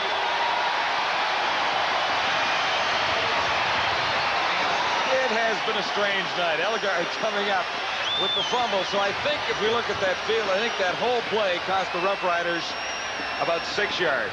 Unbelievable. Really a ball that shouldn't have been thrown. There was no chance to get that one in there. Rockford from the free safety spot makes a nice interception, then runs all around the field. And well, watch what happens at the end. The hit by Jeff Fairholm, and Ray Elgard, his slot back buddy, makes the recovery. So all that did was get a lot of guys tired and take a few seconds off the clock. It took a few seconds off the clock, and it cost the Roughriders 7 yards. That's but right. They'll have a first down. Anyway, now at the 32, there's one injured Eskimo down there. And I can't quite make out the number I from think here. it's Larry Ruch, number 47, and he's being attended to. Well, we have had it all for you tonight in our TSN. One of 3 games of the week that we're presenting tonight. We've got one more to go tomorrow as we Yeah. head to Hamilton for the Blue Bomber Ticat We'll be there. 1991 debut at Ivor Wynn. Well, as they attend to Larry Ruck, I'm standing next to the Saskatchewan bench, and they look like a group of players who just ducked a firing squad when Rockford fumbled that ball and Saskatchewan got it back. As soon as the ball was picked off, several players turned away from the field and threw their helmets down, but now they're right back in it with 2:29 left. And good news for them, they still have the ball. 2:29 to go. Net loss to the Roughriders, 7 yards. After the timeouts, first and 10, Saskatchewan at the 32.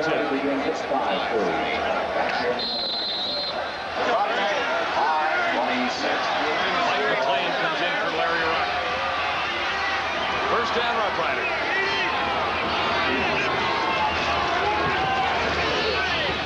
Narcisse, did he make the catch? Yes. The other official is ruling it no catch. He saw from the other side.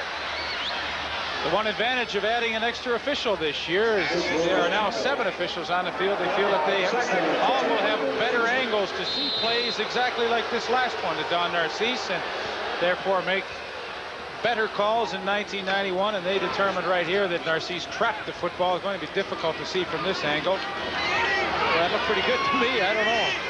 Would have been a 4-yard gain, but it is not. It is 2nd and 10. Warman is down. Dan Bass is through, and Warman is gone for the moment. 3rd down. The Rough Riders will kick it away. 2:20 to go, 4th quarter. Danny Bass waited till the 4th quarter to really make his presence felt tonight, and he kept shooting through on the blitz, and Rick Warman really doesn't have any chance to get this football off. And another big play by the Edmonton defense here in the 4th quarter. There you see Bass coming through between the center and the guard. Nobody to pick him up, and he gets the sack. Mike Lozecki back at his 10, kicking into the wind. A short one last time. This one isn't deep either. This is Henry Williams on the return. Williams powers his way across the 50 down to the 45 for an 11-yard return. 33-yard punt by Lozecki that time. Oh, Gizmo Williams' return there is just an example of doing the little things to try and win a game. Now, he usually likes to try and use that speed to get to the outside, but boy, he just put his head down, and for a little guy, tried to drive over a few people. And you know, often those are the little things that end up contributing to a win. A minute 59 to go. The Eskimos with a first down at the Saskatchewan 45. Marshall for maybe one. Carriers, Blake Marshall, 22. Back by 72, John Bankhead. 27-25. The Eskimos in the lead, but not necessarily home and cooled out quite yet. Well, not the way this game has gone. Absolutely not. Slight gain on the 2nd and a little off 9. This will be 2nd and 9. 1:46 to go. Lancaster looks for his first win as the Eskimo head coach.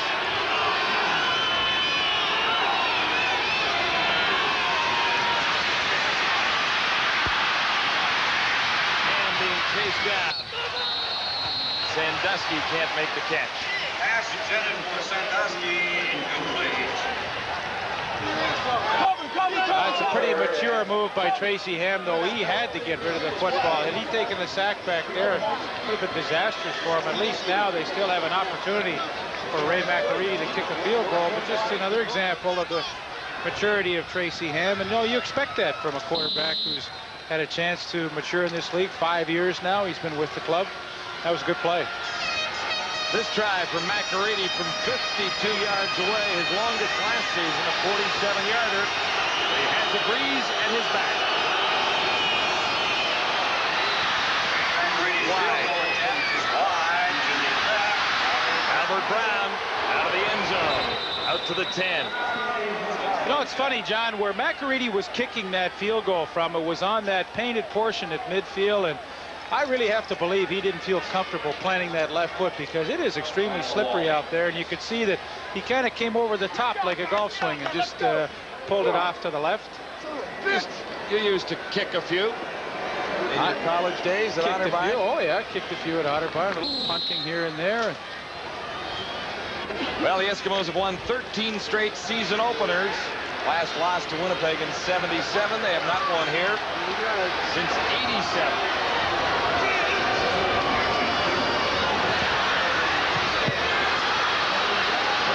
Jones. There's only a couple of yards there with 1:11 to go. Good play by Larry Ruck. Wouldn't let him get to the outside. That's what he wants to do. Keep those guys in bounds. Let that clock keep ticking away. Larry Ruck's had a good night tonight. John Gregory had a big lead earlier. 20-0 at one stage. Well, it has to be a frustrating night for him. You know, 20 zip. You don't expect your team to score 5 points for the rest of the game. But without your #1 quarterback, life gets a little more difficult. Austin went out in the first half. Absolutely. Another flag. 1:01 to go. Fourth quarter. Lots of penalties here tonight. 30 in total.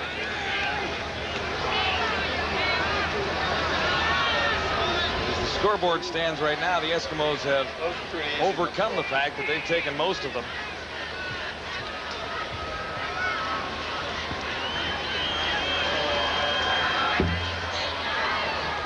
$18 penalties against the Eskimos. Illegal procedure. Saskatchewan number 81. Second down repeated. This one goes against the Roughriders. 18 penalties against Edmonton for 192 yards. Second down, 13. Second and 13. Last gasp for the Roughriders. And Willis Jaycox couldn't hang on.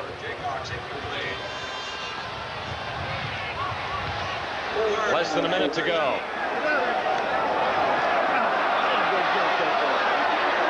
Well, fans don't like it, but really no choice for John Gregory. He has to kick the football away. I mean, that's just like giving away points if he gambles and doesn't make it. You never know. Somebody may fumble a punt downfield. Got Jim Sandusky and Henry Williams back there. I'm sure they'll just be thinking strictly catch the football and get down and don't try anything fancy. Ozeki into a breeze. This one hangs up a bit. Henry Gizmo Williams, and not much room to the outside for Williams. Stopped by Boyko. Did the smart thing, though. Instead of going out of bounds, he just cut it back upfield, took the hit, and said, well, we'll keep the clock for it. 42 seconds left.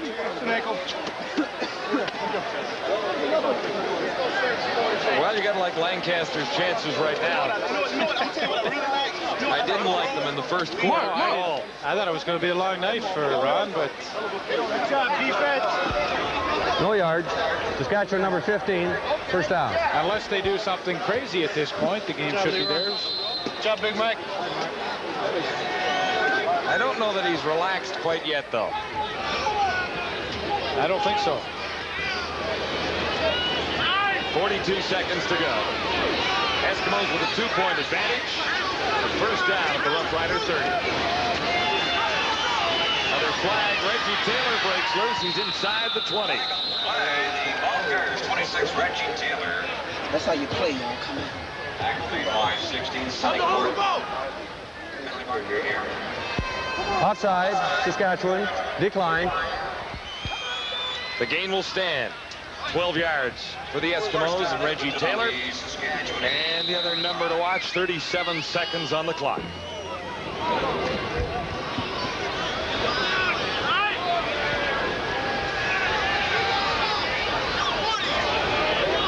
Edmonton in front by 2.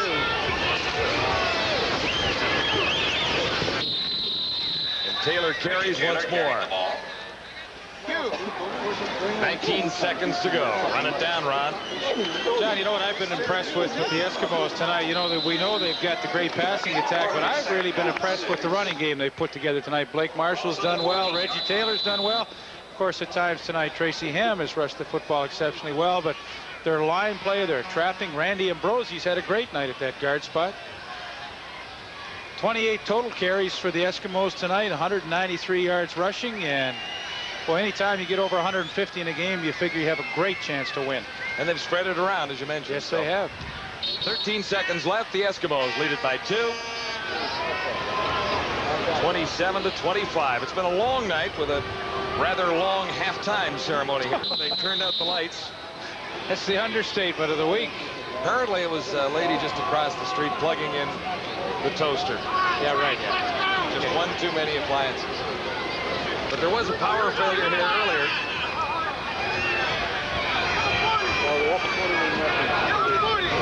Into the final seconds now. The Eskimos lock it up. Tracy Ham down to the 1. Another flag down, however. Flag down on the field. Why not have another flag down? Offside. Saskatchewan 42. Decline. Well, this is interesting. 7 seconds to go. The Eskimos will have a shot at the touchdown. From the 2. All the 2.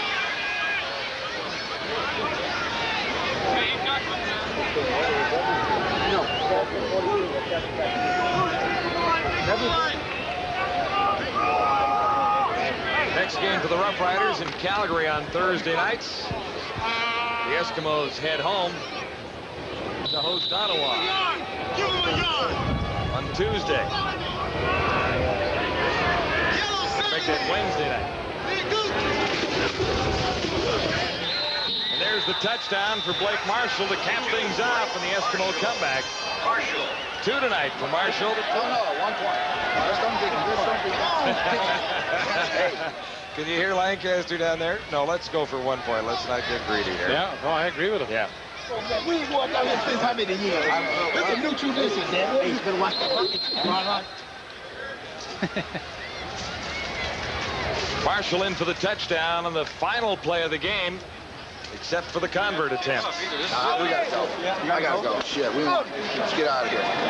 Hey, we can go home. Back to Edmonton, baby.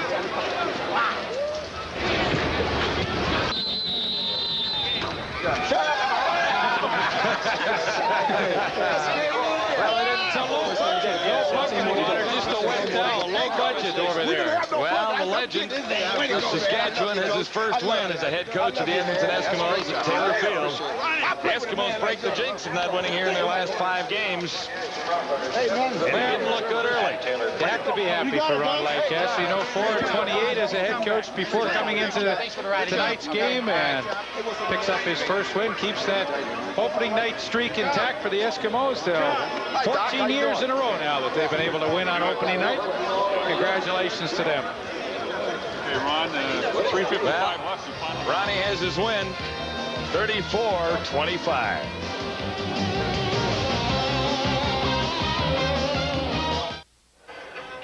We'll wrap up our coverage of Week 1 of the CFL season tomorrow night in Hamilton as the Winnipeg Blue Bombers take on the Ticats at Iverwin Stadium. The game starts at 7:30 Eastern Time. Before that, we'll have the CFL report starting at 7 o'clock Eastern Time.